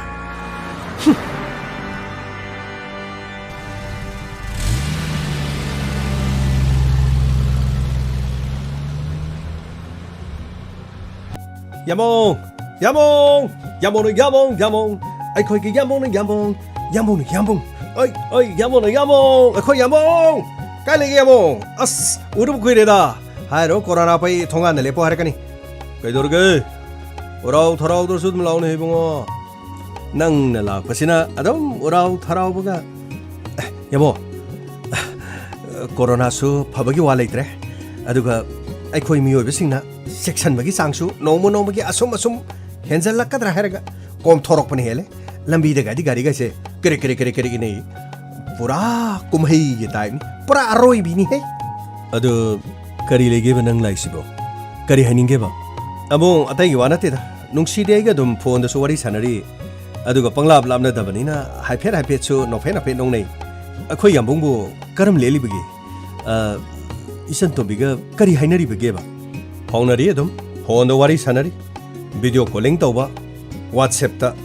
ꯁꯤ ꯃꯉꯥꯏꯔꯦꯗꯅ ꯁ꯭ꯇꯣꯔꯤꯗ ꯈꯔꯒ ꯊꯥꯒꯠꯅꯕ ꯃꯁꯤ ꯌꯦꯡꯕꯁꯤ ꯅꯠꯇꯅ ꯀꯔꯤ ꯇꯧꯔꯨꯅꯤꯒꯦ ꯌꯥꯝꯕꯣ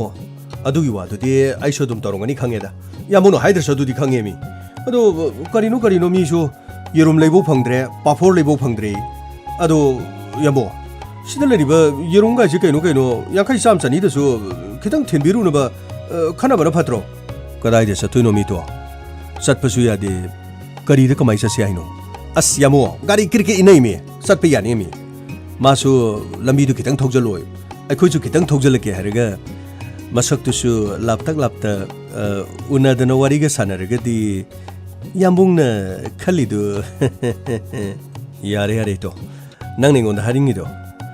ꯑꯩꯁꯨ ꯈꯟꯕꯗꯤ ꯈꯜꯂꯤꯗ ꯍꯧꯖꯤꯛꯁꯤ ꯀꯩꯊꯦꯜꯗꯒꯤ ꯄꯣꯠ ꯆꯩ ꯂꯩꯊꯣꯛ ꯂꯩꯁꯤꯟ ꯑꯗꯨꯒ ꯒ꯭ꯔꯣꯁꯔꯤ ꯗꯨꯀꯥꯟꯗ ꯐꯪꯕ ꯄꯣꯠ ꯆꯩꯁꯨ ꯂꯣꯏꯁꯤꯜꯂꯛꯇꯅ ꯀꯔꯤꯅꯣ ꯐꯪꯗ꯭ꯔꯦ ꯈꯣꯠꯇ꯭ꯔꯦꯅ ꯌꯥꯝ ꯍꯥꯏꯕꯅꯤ ꯑꯗꯨꯅꯦ ꯃꯤ ꯑꯃꯨꯛ ꯑꯩꯅ ꯍꯥꯏꯁꯦ ꯀꯣꯛ ꯐꯣꯟꯗꯨ ꯃꯆꯥ ꯑꯃꯇꯪ ꯁꯠ ꯇꯧꯁꯜꯂꯒ ꯌꯦꯔꯨꯝ ꯈꯔ ꯊꯤꯜꯂꯛꯀꯦ 이ቤ마 ꯅꯪꯁꯨ ꯈꯔ ꯂꯥꯛꯑꯣ ꯑꯩꯁꯨ ꯈꯔ ꯂꯥꯛꯀꯦ ꯃꯁꯨꯃꯥꯏꯅꯒ ꯇꯧꯔꯒ ꯈꯔ ꯇꯧꯕ ꯌꯥꯏ ꯋꯥꯅꯤꯗ ꯌꯥꯝꯕꯨꯡꯒꯤ ꯈꯟꯗꯅ ꯂꯥꯛꯄꯤꯕꯩ ꯋꯥꯅꯤꯗ ꯑꯩꯈꯣꯏꯗꯤ ꯅꯨꯡꯁꯤꯒ ꯑꯗꯨꯝ ꯅꯨꯡꯁꯤꯅꯅ ꯅꯨꯡꯁꯤꯖꯅ ꯑꯗꯨꯝ ꯅꯨꯡꯁꯤ ꯋꯥꯔꯤ ꯁꯥꯟꯅꯖꯔꯒ ꯅꯨꯡꯁꯤꯅ ꯆꯥꯈꯥꯏꯅꯔꯤꯗ ꯅꯨꯡꯁꯤꯒ ꯍꯧꯔꯕ꯭ꯔꯃꯣ ꯅꯪꯒꯤ ꯅꯨꯡꯁꯤ ꯉꯥꯛꯇꯒꯤ ꯁꯤꯔꯤꯌꯦꯜꯗꯣ ꯅꯪꯅ ꯅꯨꯡꯁꯤꯕꯁꯦ ꯌꯥꯝꯅ ꯅꯨꯡꯁꯤꯈ꯭ꯔꯕꯣꯏꯗ ꯋꯥꯍꯩ ꯈꯨꯗꯤꯡꯗ ꯅꯨꯡꯁꯤ ꯉꯥꯛꯇ 이붕어 내 ꯌꯨꯝꯗꯅꯦ 이니에다 ꯅꯨꯡꯁꯤ 가이나 뭐 거렁가니 거울이니 그노 오 이마 ꯅꯨꯡꯁꯤ비 ꯅꯨꯡꯁꯤ 거울이네 ꯅꯨꯡꯁꯤ지 빠닝기드나 아코이디 ꯅꯨꯡꯁꯤꯕꯅꯤ 야몽디 그라이데 거기 예라바싱 예나mom싱 아두가 마나마싱 레시다 이센톰비 너이부 하우로네 이센톰비 이싱 왓브라네 아두디 하이비 야라 모에바 야레 아이쇼 칸무디 칼라미니다 nganu marum aduga koiler marum mayamse khara thinbiru sirana tobani aduni mi yamo aina hogdogo plan ji phatro sini he ko yamung jun lik pachina ba pura aroi bini he e ma ge aroi bi sema horen aisho haridana aisho pige na khalamini ba mana leiti habaduda aikoina sida kokthong ama leire mana da sadana leibadu aisho nuai trimni nungsibani na aisho pijaning ni kaino अदुने Miami अस अदु हरेन कुल्ला कुंथ्रा रामदि पिरो नुंसीदा किदा पिरंगे ए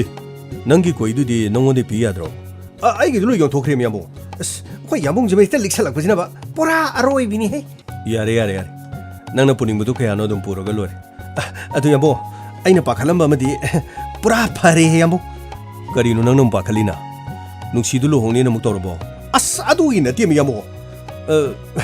ꯆꯠꯂꯦꯗꯣ ꯑꯩꯗꯤ ꯊꯃꯣꯏꯅꯨꯡꯗ ꯃꯩꯒꯤ ꯆꯤꯡ ꯄꯨꯗꯅ ꯌꯦꯟ boiler ꯂꯣꯏꯕꯗꯒꯤ ꯀꯥꯏꯅꯈꯤꯕꯗꯣ ꯑꯩꯗꯤ ꯅꯨꯡꯁꯤꯒ ꯀꯥꯏꯅꯒꯗ꯭ꯔꯥꯅ ꯈꯜꯂꯨꯕꯅꯦꯕ ꯀꯩꯅꯣ ꯅꯪꯒꯤ ꯌꯦꯟ ꯕꯣꯏꯂꯔ ꯁꯤꯔꯕ꯭ꯔꯥ ꯍꯥꯏꯁꯤꯕꯣ ꯑꯁ ꯁꯤꯕꯒꯤ ꯅꯠꯇꯦꯗ ꯌꯦꯟ ꯕꯣꯏꯂꯔ ꯁꯤꯔꯁꯨ ꯉꯥꯅꯨ ꯁꯦꯔꯤꯁ ꯂꯩꯍꯧꯔꯤ ꯀꯣꯏꯂꯔꯒꯤ ꯁꯦꯔꯤꯁ ꯂꯩꯍꯧꯔꯤ ꯀꯩꯅꯣ ꯁꯨꯡꯀꯥꯏ ꯍꯦꯛ ꯀꯥꯏꯅꯔꯣꯏ ꯆꯠꯂꯦꯗꯣ ꯑꯩꯗꯤ ꯊꯃꯣꯏꯅꯨꯡꯗ ꯉꯥꯅꯨ ꯃꯔꯨꯝ ꯄꯨꯗꯅ ꯀꯔꯤꯝꯇ ꯑꯣꯏꯔꯔꯣꯏ ꯑꯩꯗꯤ ꯁꯣꯏꯗꯅ ꯊꯨꯡꯅꯔꯗꯧꯅꯤ ꯌꯥꯝꯕꯨꯡꯒꯤꯗꯤ ꯑꯗꯨꯝ ꯂꯤꯛꯇꯅ ꯂꯧꯁꯟꯗ꯭ꯔꯥ mabungna senbra senda moi mabung du suba kari inspector tayai pura aroi bini he yare ke doge ta bangam dre wane ta kongchi I ororo tare ko hairu ga aroi bini na aroi ba se lehen ba phati continue makha chathaba part time na phabani ko punchi esi sangda ga dong the end thar ga lusion ge hairo ꯑꯁ ꯀꯗꯥꯏꯗꯩꯅꯣꯗ ꯌꯥꯝ ꯗꯥꯎ ꯌꯥꯔꯣꯏꯗꯧꯕ ꯀꯥꯟꯗꯤꯁꯦ ꯏꯆꯟ ꯇꯣꯝꯕꯤꯗꯣ call ꯇꯧꯁꯦ ꯑꯩꯈꯣꯏ ꯂꯥꯛꯑꯒꯦ ꯑꯩꯈꯣꯏ ꯊꯣꯔꯛꯑꯦ ꯍꯥꯏꯒꯣꯁꯦ ꯉꯥꯏꯈꯣꯅꯦ ꯑꯗꯨꯕꯨꯗꯤ ꯑꯩ ꯀꯣꯜ ꯇꯧꯒꯦꯅꯤ ꯅꯪꯕꯨ ꯁꯟꯖꯦꯒꯤ ꯕꯣꯜꯗꯨꯁꯨ ꯐꯥꯏꯅꯦꯜ ꯇꯧꯈꯤꯗ꯭ꯔꯦ ꯑꯗꯨꯅ ꯀꯔꯝ ꯀꯥꯟ ꯇꯧꯅꯤ ꯍꯥꯏꯒꯦ ꯑꯁ ꯈꯪꯗꯦꯗ ꯌꯥꯝꯃꯣ ꯃꯤ ꯂꯝꯗꯗꯤ ꯀꯔꯤꯅꯣ ꯃꯥꯛꯁꯨ ꯑꯝꯇ ꯎꯞꯇꯦ ꯌꯨꯔꯣ ꯀꯞꯇ ꯃꯇꯨꯡ ꯑꯁ ꯁꯥꯟꯅꯔꯤꯕ ꯀꯔꯤꯅꯣ ꯃꯤꯅ ꯁꯥꯟꯅꯔꯤꯕ ꯐꯤꯜꯗ ꯁꯪꯕꯗꯨꯗ ꯀꯥꯎꯕꯗꯨ ꯌꯦꯡꯕꯗꯅꯦ ꯀꯃꯦꯟꯇꯔꯤ ꯄꯤꯅꯤꯡꯕꯅ ꯈꯥꯡꯉꯝꯕꯖꯥꯠ ꯅꯠꯇꯦꯗ ꯆꯤꯟꯒꯥꯏꯁꯦ ꯃꯔꯦꯛ ꯆꯠ ꯆꯥꯅꯤꯗ ꯌꯥꯝꯃꯣ ꯑꯗꯨꯕꯨ ꯉꯥꯏꯈꯣꯅꯦꯗꯣ ꯕꯣꯜ ꯁꯥꯟꯅꯔꯤꯅꯦ ꯇꯧꯔꯤꯁꯦ ꯄꯩꯁꯥ ꯌꯥꯝ ꯊꯥꯅꯩ ꯍꯥꯏꯗ ꯆꯥꯅꯤꯡꯉꯥꯏ ꯊꯛꯅꯤꯡꯉꯥꯏ ꯂꯩꯇꯕꯒꯤ ꯋꯥꯅꯔꯀꯥꯟꯁꯤꯗ ꯂꯨꯄꯥ 2,000 2,3 4 ꯌꯥꯝ ꯊꯥꯅꯩ ꯍꯥꯏ ꯅꯪꯗꯤ ꯄꯩꯁా ꯀꯌꯥ ꯃꯥꯡꯉꯕ ꯌꯥꯝꯃꯨ ꯑꯩꯗꯤ ꯌꯥꯝ ꯊꯥꯗꯦꯗ ꯀꯔꯥꯏꯗꯒꯤ ꯌꯥꯝꯃꯨꯁꯤꯅ ꯑꯁꯦꯡꯕꯅꯤꯅꯦ ꯑꯩꯅ ꯍꯥꯏꯁꯦ ꯕꯣꯜ ꯁꯥꯟꯅꯕꯗ ꯕꯣꯜꯗꯨ ꯈꯣꯛ ꯌꯦꯡꯉꯨ ꯃꯤꯅ ꯕꯣꯜ ꯁꯥꯟꯅꯔ ꯍꯔꯥꯎꯔꯒ ꯁꯣꯝꯗ ꯁꯦꯟ ꯃꯥꯡꯅꯗꯅ ꯃꯌꯨꯝꯗ ꯆꯪ ꯌꯥꯗꯗꯅ ꯁꯪꯒꯣꯏꯗ ꯍꯤꯡ ꯂꯦꯛꯄ ꯌꯥꯝ ꯌꯥꯎꯔꯦ ꯍꯥꯏꯀꯣ ꯅꯪ ꯌꯦꯟ ꯕꯣꯏꯂꯔꯗꯒꯤ ꯀꯔꯤꯗꯩ ꯐꯪꯉꯤꯕ ꯄꯩꯁꯥ ꯃꯌꯥꯝꯗꯨ ꯂꯣꯏꯅ ꯊꯥꯗꯣꯛꯑꯝꯗꯅ ꯇꯣꯛꯀꯅꯤꯀꯣ ꯅꯪ ꯑꯁ ꯀꯗꯥꯏꯗꯩꯅꯣꯗꯤ ꯌꯥꯝꯃꯨ ꯑꯩꯈꯣꯏ ꯌꯥꯝꯃꯨꯡꯁꯤꯁꯨꯕ ꯄꯨꯔꯥ ꯑꯔꯣꯏꯕꯤꯅꯤꯍꯦ ꯀꯔꯥꯏꯗꯩ ꯄꯥꯎꯅꯣ ꯃꯤꯅ ꯕꯣꯜ ꯁꯥꯟꯅꯔ ꯑꯩꯈꯣꯏꯅ ꯍꯔꯥꯎ ꯌꯥꯄꯣꯟꯇꯦ ꯊꯥꯅꯤꯡꯕ ꯈꯔ ꯑꯗꯨꯝ ꯊꯥꯖꯁꯅꯨ ꯑꯩꯈꯣꯏꯗꯤ ꯌꯥꯎꯗꯦꯗ ꯐꯪꯉꯤꯕ ꯁꯦꯟꯗꯥꯁꯤꯒ ꯕꯣꯟꯗꯒ ꯊꯥꯗꯣꯛꯄ ꯌꯥꯄꯣꯟꯇꯦꯗ ꯌꯥꯝꯃꯨ ꯏꯇꯣ ꯅꯪ ꯕꯣꯟꯗ ꯉꯥꯎꯔꯦ ꯃꯇꯦ ꯁꯣꯏꯗꯅꯃꯛꯀꯤ ꯅꯪ ꯄꯩꯁꯥ ꯊꯥꯗꯣꯛꯉꯅꯤ ꯑꯗꯨꯃꯥꯏꯅꯒ ꯇꯧꯔꯗꯤꯅꯦ ꯑꯩꯗꯤ ꯅꯪꯒ ꯇꯤꯟꯅꯕ ꯄꯥꯝꯗꯦꯀꯣ ꯑꯩꯈꯣꯏ ꯁꯤꯗꯒ ꯂꯥꯛꯀꯅꯨ ꯑꯗꯨꯁꯨ ꯅꯤꯁꯥ ꯃꯈꯜ ꯑꯃꯅꯤꯀꯣ ꯅꯪꯒꯩꯒ ꯀꯔꯤ ꯍꯥꯏꯅꯒꯦ ꯅꯤꯁꯥ ꯍꯥꯏꯕ ꯊꯕꯛꯁꯤꯗꯒꯤ ꯂꯥꯞꯊꯣꯛꯁꯦ ꯍꯥꯏꯗꯅ ꯅꯪ ꯑꯩ ꯋꯥꯁꯛꯅꯈꯤꯕ ꯅꯠꯇ꯭ꯔꯣ ꯅꯠꯇ꯭ꯔꯒꯅ ꯍꯋꯥꯏ ꯃꯤ ꯄꯪꯐꯨꯗ ꯐꯨꯕ ꯑꯗꯨꯒ ꯂꯩꯀꯥꯏꯗꯒꯤ ꯌꯦꯟ ꯆꯥꯕ ꯉꯥꯅꯨ ꯆꯥꯕ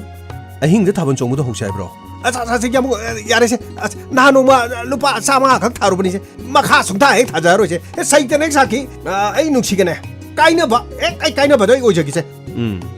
ꯇꯧꯗꯤ ꯇꯧꯔꯝꯃꯤꯖꯥꯅꯤꯅ ꯌꯥꯝꯃꯣ ꯑꯩ ꯇꯧꯔꯔꯣꯏ ꯋꯥꯅꯤ ꯑꯁ ꯑꯩꯈꯣꯏ ꯌꯥꯝꯃꯨꯁꯦ ꯄꯨꯔꯥ ꯑꯔꯣꯏꯕꯤꯅꯤꯍꯦ ꯑꯗꯨꯝ ꯋꯥꯁꯦ ꯑꯗꯨꯝ ꯂꯩꯔꯦ ꯀꯣꯜꯗꯨ ꯀꯣꯛꯇꯧꯔ ꯃꯇꯝꯁꯦ ꯊꯦꯡꯈ꯭ꯔꯦ ꯃꯤ ꯂꯥꯛꯀꯗꯣꯏꯅꯤꯅ ꯑꯃꯨꯛ ꯂꯝꯕꯤꯗ ꯊꯦꯡꯅꯕꯗꯨ ꯂꯩꯗꯅ 이참 짬나. 짬니 얌나 짬니. 호이 떠오겠세. 떨어 여보. 카르투너 떨어세. 바이브로. 연봉 바이브로. 나이 코이. 링 쳤던 아리 개노니. 바이데다. 카라이 사크라자노. 마붕 레이자라. 바이. 할로. 이천 돈비. 여보. kay leirige. Kainonini. Itonasu haudoroppa aduda nganu marum kharaga koilar marum kharaga insang napi kharaga thilakena tobani akhui baibu leibro yamo akhui tamu budi leiti aduraga ngahaktang thorokero yamo amu khoren parak ta dana mu pera kharoidro udabasu kuire nungsibana sakdo amukti yengjegi aina poroka doribasing asisu amukta lobiyoba adubadi aishu longningeba adu ima mathanta yumda lebasiga horen akhoi tamodu phalao ai amuk leramanu kadai chalino na hangadi aidi kamai tongni santombe akhoi baidu police station lainida nangsu pangki de kira maleda aibu ningdragana adorga la roigis yamu ngaikhu phagi tobani natau yenge tobani lao aisu kitang thaura ageba aduga yamungsu kitang thauro aduga horen pau paunaraga pochai singa do aisu lorageba adu yamu horen pochai singa se kadai dugino hangade idi kamai tongni kaino ni maruma pangna piramani na dum hayo aina piramani na haigi hairo adugi nateda horen amu yamungna thileira na mu tamona hangadi aduragana haige so hairo keno ibaina su aibu ya daine haira su kasu kaidet yamo aduna faradra se thengrese kharthuna law akhoi toga lakpa horage law ko hoi yamo muthe asar aina hairibo wafam singa se nakhoina ningthijana pangthoklabadi nakhoigi matik chaba se laina pigani aduga nakhoigi aningba pama soina thungani aina tariba pawsi matungina nakhoi mafam aduda chak aduga aigi yengnabagi mayai samnanabagi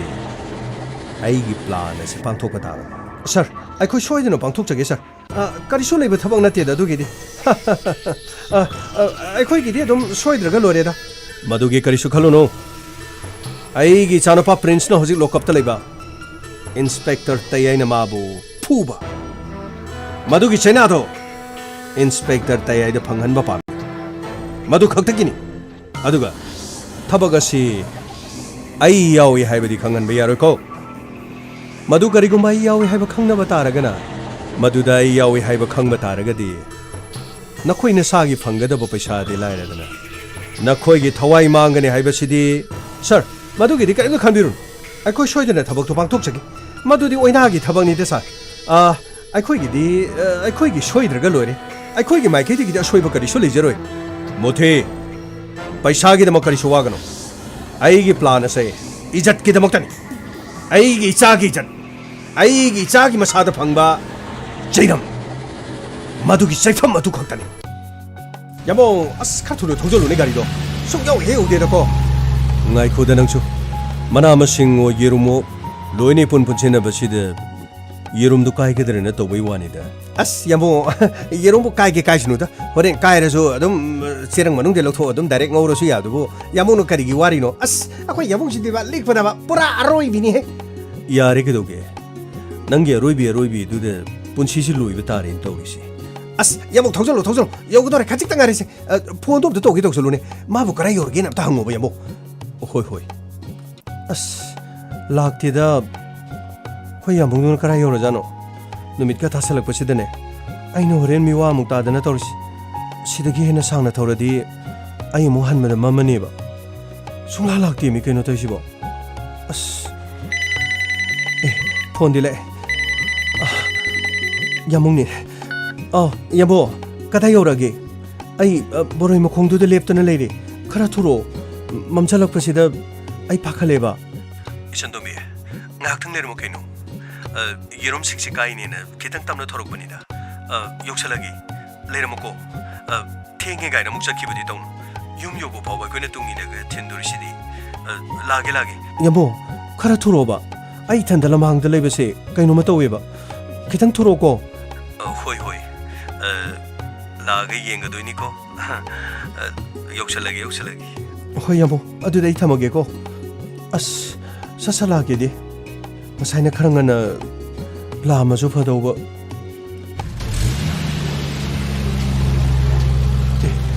कनाय गारि नसिना यामो मोइजाला याबो hi baby यामो ने याबो करि दोबिरिनो स्वाइदा लेबिरिसिबो इथान्त सोएर माले थेंगक पसिदा कना गाइरिनो कनानो आई मी मंगाई जबने आई खुशु मीनी सादी न तमाले यारगदी आई खोइगा हाइबेतंग वारी मतंग कइनो आई सिद मी मंगाई जबने हातु को साइदे चंगचलकन हातु चंगचलकनो से वाम हाइगे से थादो नखोइ आई कनारो खंद्रा आई इंस्पेक्टर तयगी मचनुपीने इंस्पेक्टर तयगी मचनुपीदुने अखोइना फारसे इंस्पेक्टर तयगी मचनुपीदु फानिंगबा लाओ गाड़ी थादो से लाओ काखलो से हे मुथी गाड़ी thorough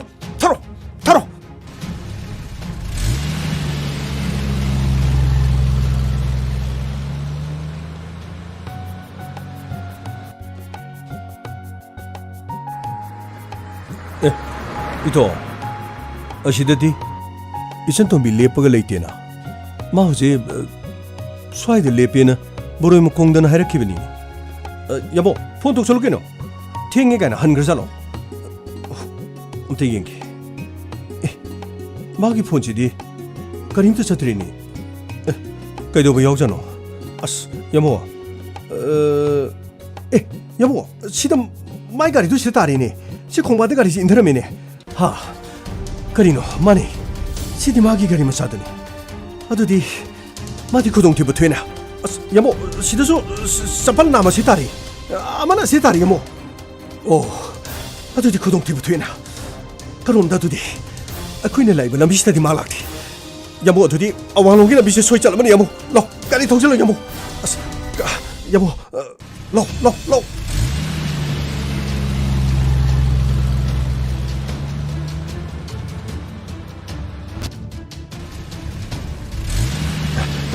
yamo kamai tok yamo lambi sida di udre kamai tong ni mui mabung tu da phone tong na phatro as ai ne tok du prak dai nang am tu tok si hoi ai tok si kono ano sina hello sir ai to ne sir sir wafam am ta sir kai no ito kai do re sir isan to bi do kana yerum pi ge na kitang kok thorok pane ba sir ado kana yerum pi ba la kana mai gari do labuk te indara ma ba ado sendan do na nala ta tar ma ba sir akoi shu awang nom ta tanari sir sir kitang thonam ta lapu ba sir aseng bra hai si to mane sir aseng mane sir ai ga yamu ga lai yamu ngadi kana sir drop ga kari ai chan to bi 아이기 전도비보 파그라마 가마이 살 사도스 살 다리 통도로 파그네 살 락레 락레 인스펙터 타야이 타야이 타야이 락레 락레 락레 락레 Inspector tayang tayang tayang Uthanaba Kanbinaba Thank you sir Welcome Uthanaba Kanbinaba Inspector tayang tayang tayang Lakle lakle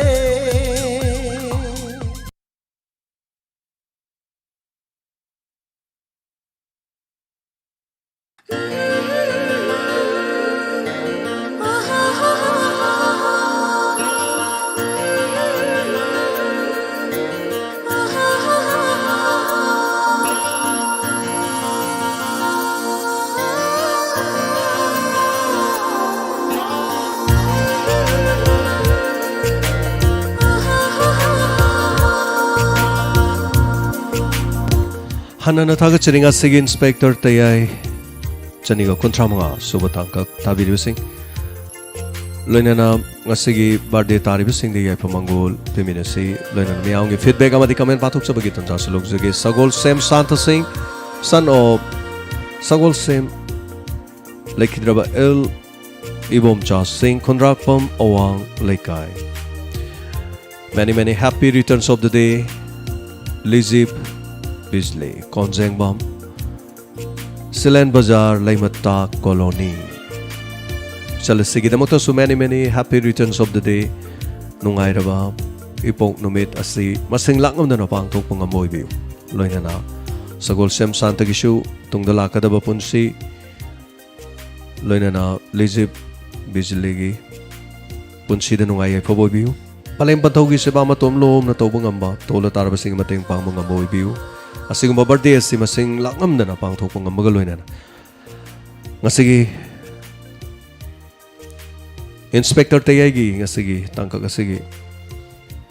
yam na pibirak pa pibday kamati kamen karapatok sa bagi tanjalog jagi nga sige tangkak si kamdo bibagi tabi ribasing wari ni kalpanani wakan na sagat chabani nga hakpotana bagi dama miyang dama loy na nam Rocky Life Rakam Thagachari Alice Penao Thagachari miyang gi message or lak ni pakulak sa di pabang may walay tiyo message pa da basi am waro usi awi miyam na aduga ay paba hogzare paba hogre habis dagi biba sinatana matakti ibasing du copy toro ko mutabiro na trade paba sinang de so le from Rocky Thagachari Prince ki mapas se jail da machaga pull up lemina ba so Thagachari le from Rocky Laisungbam Ngowa happy birthday tak pere bigyarani Sagol Sem Thagachari yai fare Sangko ilamon Thagachari ngasigi warisi wow wali samo ina amadi medam tampa amadi sarita gin tak pere so Thagachari hanana rasana thoi Thagachari happy birthday na tak pirak paduga khangembam umakanta ngasigi live tabada mu fangjare na tak pirak pasigi dama Thagachari live taba Hobudgi lep na tajari na takpire so Thagachari Chanchan Kumari Inspector tayai thumbs up takpirakpa M Sunil Sharma Thagachari peling asidi takpire so thagachari hanana adaga Sanathoi chanu thagachari happy birthday takpirakpa Sobita Laishram happy birthday takpire Devan Kundrakpa many happy returns of the day takpire Santa and Lija takpirakpa Lisa thagachari so Basanta Laishram happy birthday takpire so MM Suras thagachari noma ki Pajabasum hingalagli na takpire thagachari Elis Penao Pakale Chantombi Fakibase Natapire. Anyway, Giminasi, Wari Hing Makakari Lakadagi Ranibala Sang Tem Tagachari, M. D. Nazir Ahmad Tagachari Amno Tapire, Sosil Ngankam Tagachari, Yamunga Itogi Wari Suyam Nungai, Pura Aroibini, Tapire Lokendro Merang Tem Tagachari Druba Ito. Meaning a man bear ko chanto bitik the kaite na puro Lakendro. Thank you so much. Usam selpa tagatari sir ichan tombi so engam tohan gadra pakalina tapire so patab mina pabani kan gadabanam kari tung de inari mari ko nung yang minasi kari lakada ge have do kari gumai chanto bina khodong thik rabadi drobo gi punchina kari hoyongni asane from tagatari hamnga jen tapire so Uchiha Itasi Yamungai Natapire, thank you so much. Said Mazibur Thagachari SCP Naikibedu the Pele officer so Mananan Naikibedo Mok so Mari Haitarinico Matang Amore, thank you so much. Ayakpam Dhani Ngasi Yamna Nungaribi Pisorni Natapire, thank you so much. Zate Sorwang came Tokchom Thagachari Chumagi Sakti Kali SCP Ranjit Takiba. So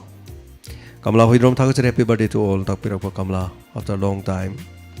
Apsara Naurim Thagachari Chauba Lerambagi Ahoba Lerambagi Aroy Sulaivani Chomani Nisikanta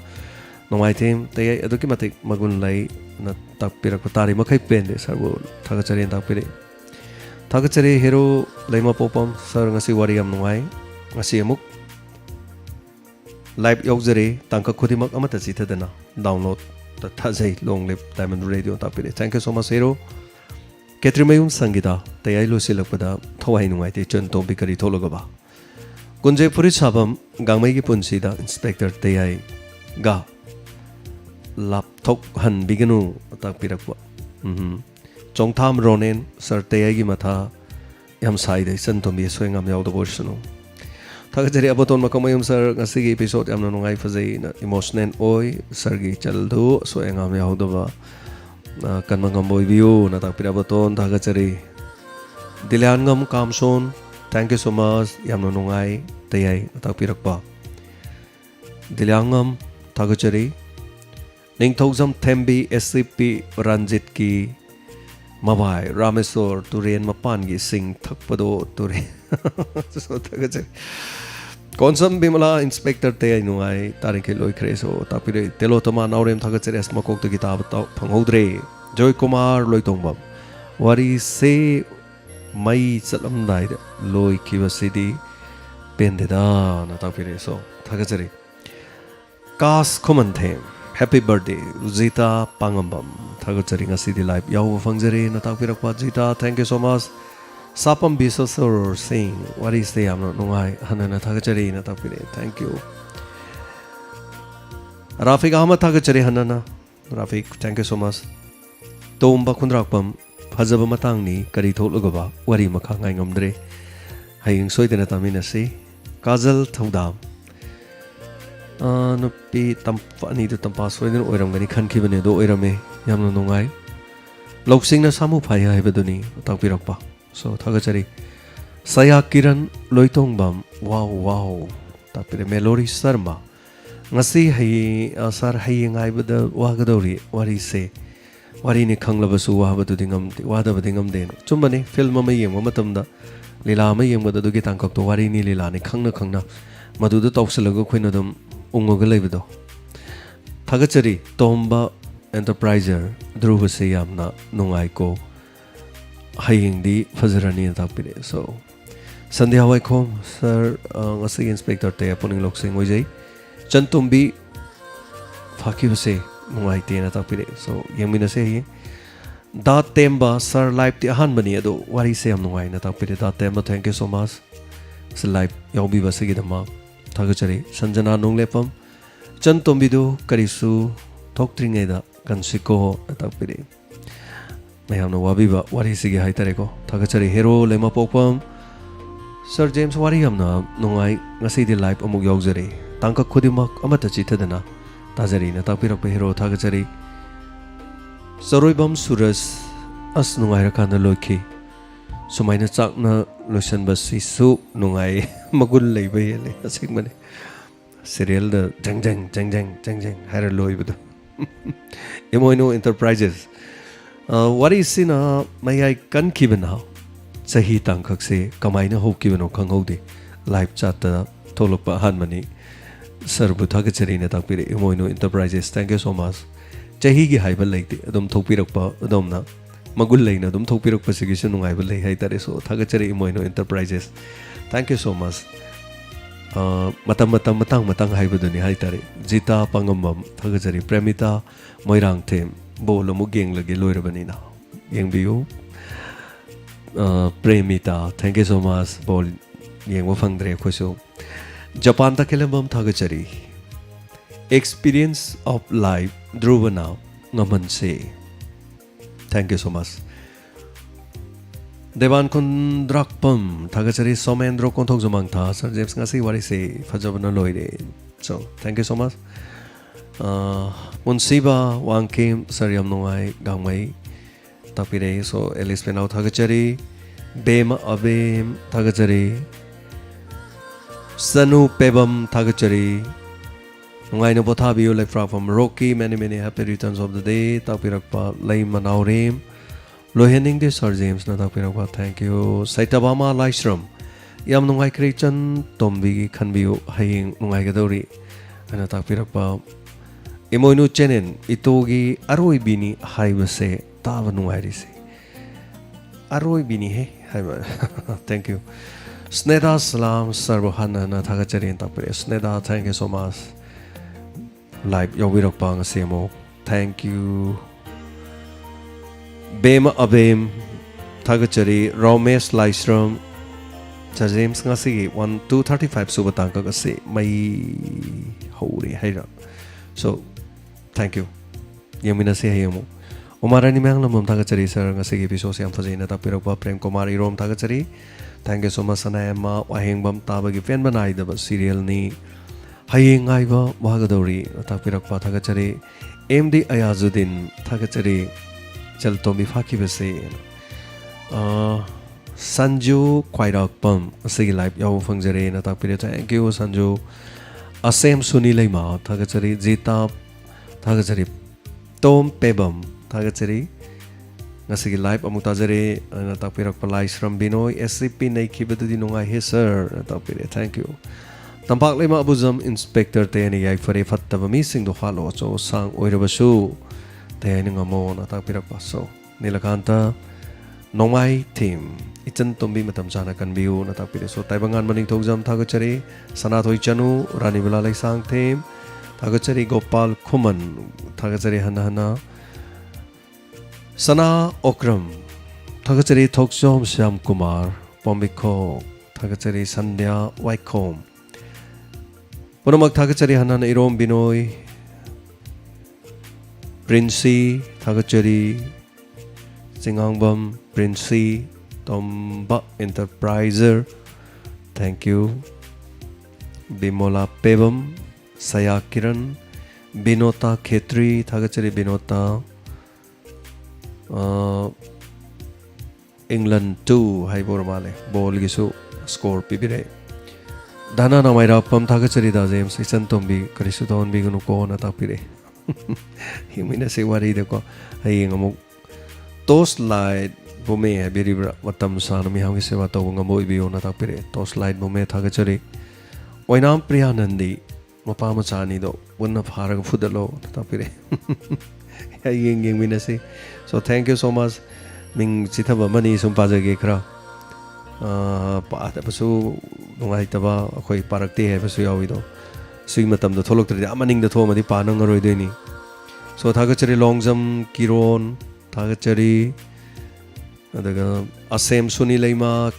केबी सना कोंथौजम असगी तांकक से यम नुंगाइजै थबक खुदिमक माइ पाक पंगमनबियु नताकपिरे so thank you so much Khetrimayum Sangeeta थागचरी थोइरेन कोंजेंगबम उसोई मतम सिदा गांगमैन उती हाउना ट्रुट ट्रुट चिंगतुना चासिलगा उइबगी मता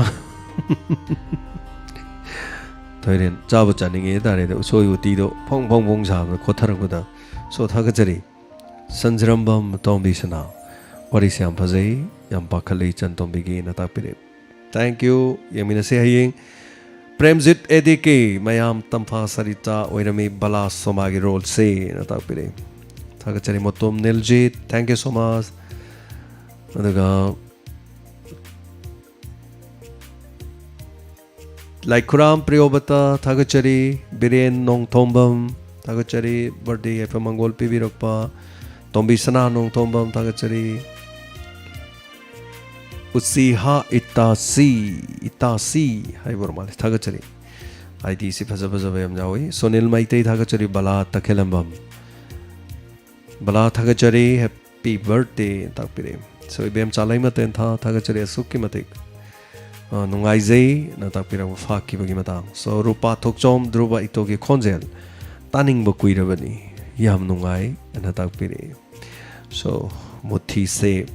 फारोई दौरी थागचरी थोकचोम श्याम कुमार नुंगाइजखरे मयामना अमुक डायलॉग तोरु मतमना मयामगी कमेंट अमुक पाबगी नुंगाइबसु लेजै सो थागचरी असेम सुनीलैमा ओइनाम प्रेम इबेथोय इरोम थागचरी इबेमचा निंगथौजम चंतोंबी फाखिबसे याम नुंगाइते तापिरकपा हनना थागचरी सोनिया असेम लोइख्रे नुंगाइरकांदा तापिरकपा ख्वाइरकपा मेरीना यामनो नुंगाइख्रे तापिरे शांति पुक्रमबम सर लोइसिलकपदा यामनो चांगना लोइसिनख्रे तापिरे होय हयेंगे मुखाइने हाइदारे चेंगलो हेनबा खेत्री थागचरी पुइनबती कोनसम इचन तोंबी फाबदो मखुत मखोंग थुदेक उको थागचरी चे पुइनबती हनना लोइनना रासेश्वरी लाइमयोम थागचरी मी फतबगी दाक लेते चुमनी लक्ष्मी योमनाम थागचरी काइबा पीबा एसपी रंजितपु थैंक यू ताकपिरे जेमसुन लांगपोक लाकपम थागचरी सपना चनम्बम थागचरी एमदे नवासरे बोबोजित इलांगबम इंस्पेक्टर ते आई ताकपिरे सो सबुंगबम राम कुमार थागचरी वारी नि हाइतारे so thank you so much quarter थ थमन फरे न ताकपिरे तनुजा थोकचोम थागचरी तनुजा तेगी सिरेलसी ताबदी हम नुंगाय दुगै चंतोंबी खनबद नुंगाय तेन ताकपिरे होय यमिनसी वारी नि ना वारी थोकनबा सिनबनी सिल्लिबनीना वारीदो सानरेमनिना मयामना ताबिदोइनी ताबिरमनिना मपुंग फादोइनी मपुंग फारमनिना मखामुंग चथरकदोइनी सो सनाथोय चन्हु थागचरी हनाना दुगा अयामलोइन पार माले साइड इस्लामुद्दीन दोकेन दोन सुनीलैमा साइड इस्लामुद्दीन विधान लोआंग थागचरी विधान मकोक्ते चिंखलक सोइदना ताबिसे अदुगा राकेश थागचरी वारीसे फजना पेना ताबा ngамनि नोंगानबा फावबा न ताकपिरे याम नोंगाइजे राकेश न ताकपिबा दुबु आइदि नोंगानबा फावबदि एक्टिंग तो ngамदौ मादे सांगादि पुंग अमा तौ सें वाइ अदना हजिकानसे 45 स्वाइजदन लेपे नत्रदि दमजि लोइगे तौबा दना वारीगी तांगक तसो हाइतारेको मथंगी लेबसु दम नोंगाइ so thank you so much हाइबिरकपा Khetrimayum Sangeeta Kongban Topam Rakesh, thank you so much. Football ID, thank you so much. Iche tumba kaisu yabiu kaisu tumba yade na hai che punabati dum tumo kaisu toroi adum wari makha dum leibani na so yengmina se dum kari torokadage to yengmina lori achauba yumnam thagachari Gyanendro Salam thagachari ngasi wari mai hore amazing story tapire so thank you so much. Toy Henry Toy Thagachari, Sir James Kipunchida, Toru Vatavakutimagta, my papo bio natapire. Thagachari, Habirakpa, Toy Henry Toy, Matampunamak the Miam gets toggle over Dongam boys again. Tabak I was arrived at the Moid. Tabak Togo Kudimaki, Miwata Pamsule, ꯅꯨꯡꯉꯥꯏꯐꯝꯁꯨ ꯂꯩ ꯃꯤꯅ ꯊꯥꯒꯠꯄꯤꯕꯁꯨ ꯂꯩ ꯆꯩꯕꯤꯕꯁꯨ ꯂꯩ ꯉꯥꯡꯕꯤꯕꯁꯨ ꯂꯩ ꯊꯕꯛ ꯈꯨꯗꯤꯡꯃꯛꯇ ꯑꯔꯥꯏꯕ ꯂꯩꯇꯦ ꯍꯣꯏ ꯑꯩꯈꯣꯏꯅ ꯇꯧꯖꯔꯤꯁꯤꯒꯤ ꯍꯥꯏꯇꯥꯔꯦꯀꯣ ꯅꯨꯡꯉꯥꯏꯕ ꯑꯩꯈꯣꯏꯁꯨ ꯃꯤꯑꯣꯏꯕꯅꯤꯅ ꯑꯩꯈꯣꯏꯒꯤ ꯏꯃꯣꯁꯟ ꯑꯩꯈꯣꯏꯒꯤ ꯐꯤꯂꯤꯡꯁ ꯑꯋꯥꯕ ꯀꯞꯅꯤꯡꯕ ꯅꯨꯡꯉꯥꯏꯇꯕ ꯄꯦꯟꯗꯕ ꯃꯤꯅ ꯂꯥꯛꯆꯕ ꯀꯜꯂꯛꯄ ꯊꯤꯅ ꯉꯥꯡꯕ ꯆꯩꯕ ꯄꯨꯟꯁꯤꯗ ꯆꯞ ꯃꯥꯟꯅꯕ ꯉꯥꯛꯇꯅꯤ ꯑꯗꯨꯝ ꯊꯣꯛꯑꯦ ꯄꯨꯟꯁꯤꯗ ꯑꯩꯈꯣꯏꯁꯨ ꯃꯌꯥꯝꯅ ꯍꯥꯏꯕꯤ ꯃꯌꯥꯝꯒꯤ ꯁꯦꯕꯥ ꯇꯧꯕꯅꯤꯅ ꯑꯩꯈꯣꯏꯒꯤ ꯐꯣꯂꯣꯋꯔ ꯍꯥꯏꯒꯗ꯭ꯔꯥ ꯅꯨꯡꯁꯤꯕꯤꯕ ꯍꯥꯏꯒꯗ꯭ꯔꯥ ꯃꯌꯥꯝ ꯂꯩꯔꯕꯅꯤ나 ꯑꯁ ꯅꯨꯡꯉꯥꯏꯖꯔꯝꯒꯅꯤ ꯑꯗꯨꯒꯤ ꯃꯄꯣꯛꯇꯣ ꯀꯥꯏꯅ ꯍꯥꯏꯕ ꯆꯞ ꯃꯥꯟꯅꯩ ꯀꯩꯁꯨ ꯂꯩꯇꯦ ꯍꯣꯏ ꯃꯤꯌꯥꯝꯅ ꯅꯨꯡꯁꯤꯕꯤꯕꯒꯤ ꯅꯨꯡꯉꯥꯏꯕ ꯑꯃꯗꯤ ꯂꯩꯀꯣ ꯑꯗꯨꯕꯨ ꯃꯤꯑꯣꯏꯕꯅꯤꯅ ꯍꯥꯏꯔꯤꯕ ꯑꯩꯅ ꯄꯟꯖꯔꯤꯁꯤꯡꯗꯣ ꯆꯞ ꯃꯥꯟꯅꯅ ꯑꯗꯨꯝ ꯊꯣꯛꯑꯦ ꯑꯗꯨꯒꯤ ꯏꯃꯣꯁꯟꯁꯤꯡ ꯑꯗꯨꯒ ꯅꯨꯡꯉꯥꯏꯕ ꯃꯣꯃꯦꯟꯁꯤꯡ ꯍꯥꯏꯇꯥꯔꯦꯀꯣ ꯁꯤꯗꯤ ꯑꯗꯨꯝ ꯆꯞ ꯃꯥꯟꯅꯩ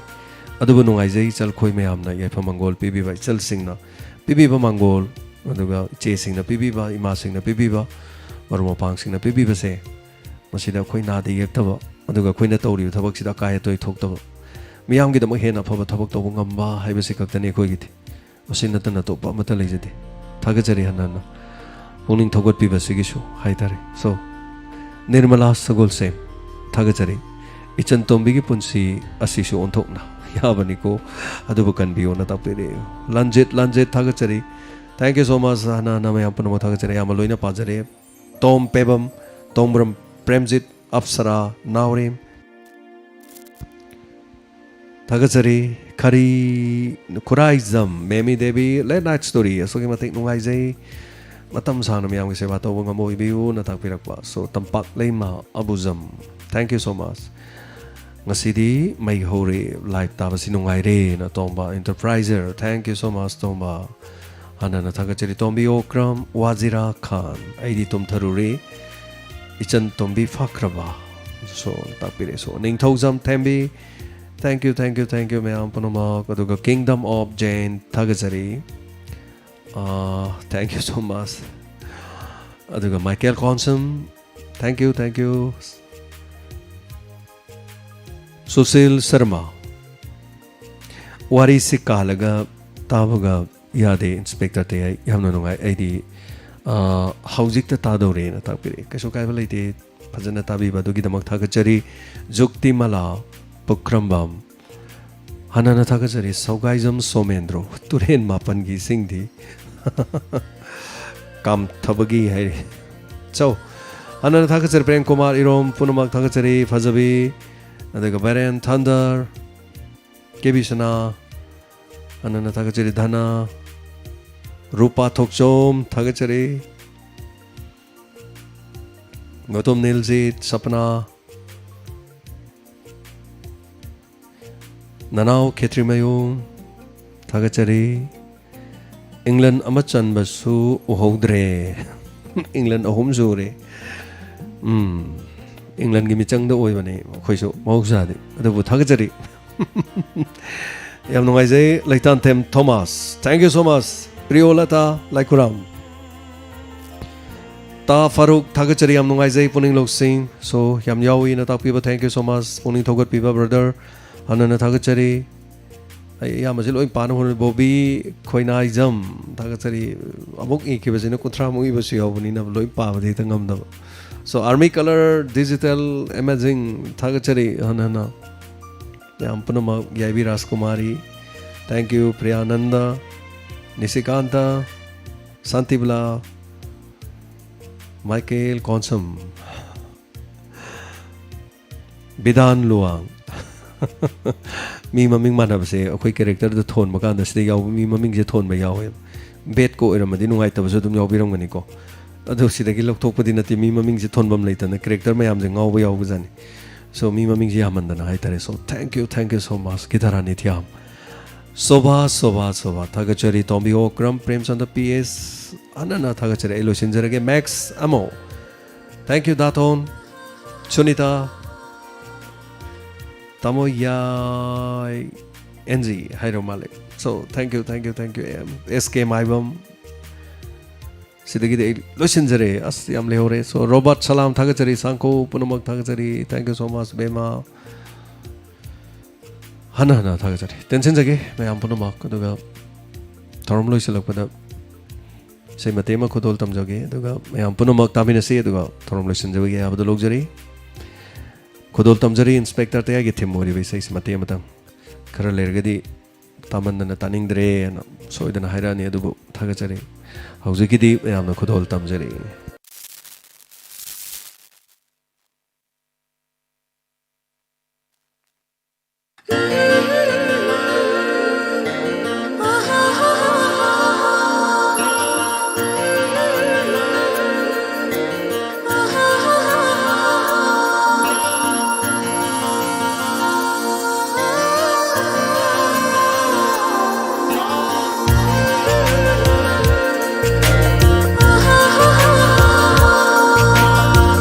Yening hulakle aigi tamuse nangi nungsi satam urubada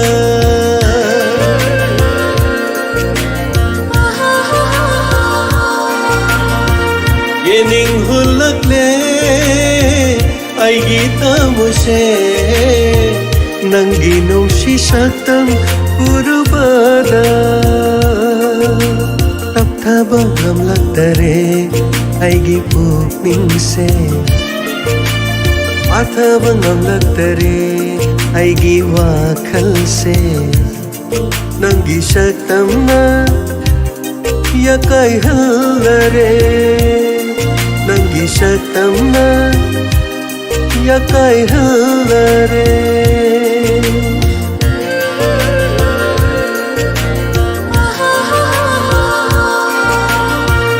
Yening hulakle aigi tamuse nangi nungsi satam urubada nangi nungsi satam urubada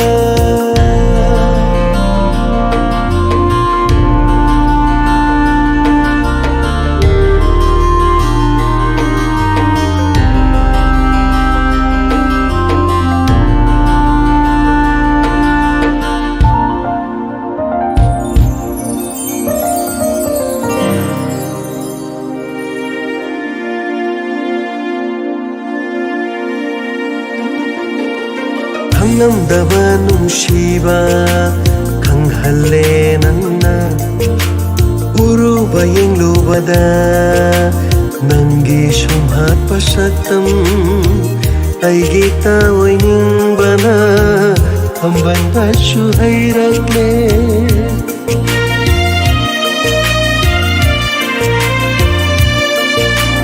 Khanglamdaba nungsiba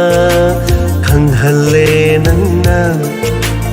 uruba yenglubada nangi sumhat pasaktam aigi taoiningbana hambandasu hairakle mikup amatasu kauba ngamdare mikup amatasu kauba ngamdare nangbu nangbu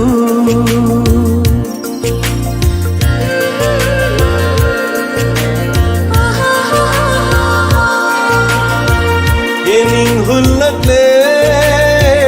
aigi tamuse nangi nungsi satam urubada nangi nungsi satam urubada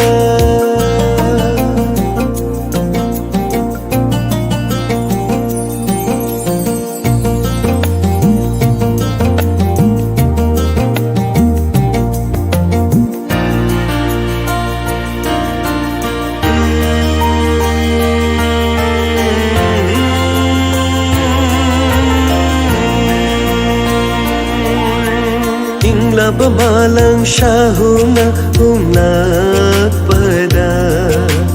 Nungsi irik na jothalle aigi hachang se Nangi athang amabu pangnaba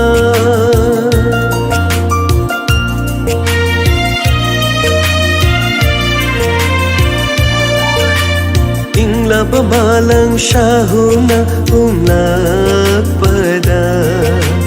Nungsi irik na jothalle aigi hachang se Nangi athang amabu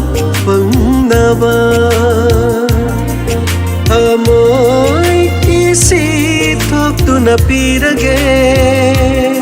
ꯅꯐꯝꯗ ꯅꯐꯝꯗ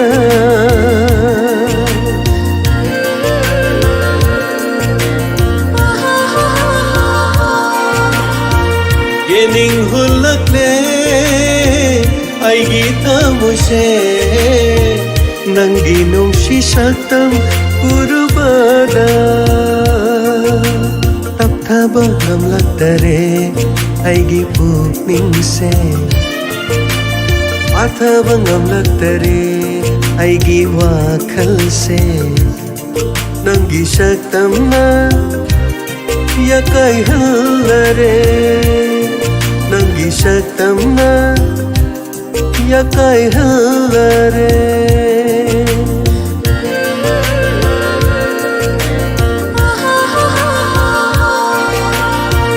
Yening hulakle aigi kamuse Nanggi nungsi saktam purubada Nanggi nungsi saktam Purubara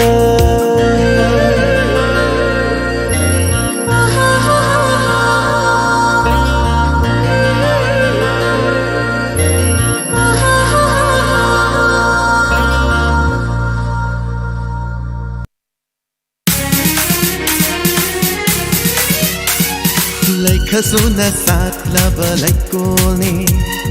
Kanuk kaya de itin from me Cheta balay trava Changi Hawaii Diamond FM Radio Oh, Diamond FM Radio 91.2 Diamond Radio Channel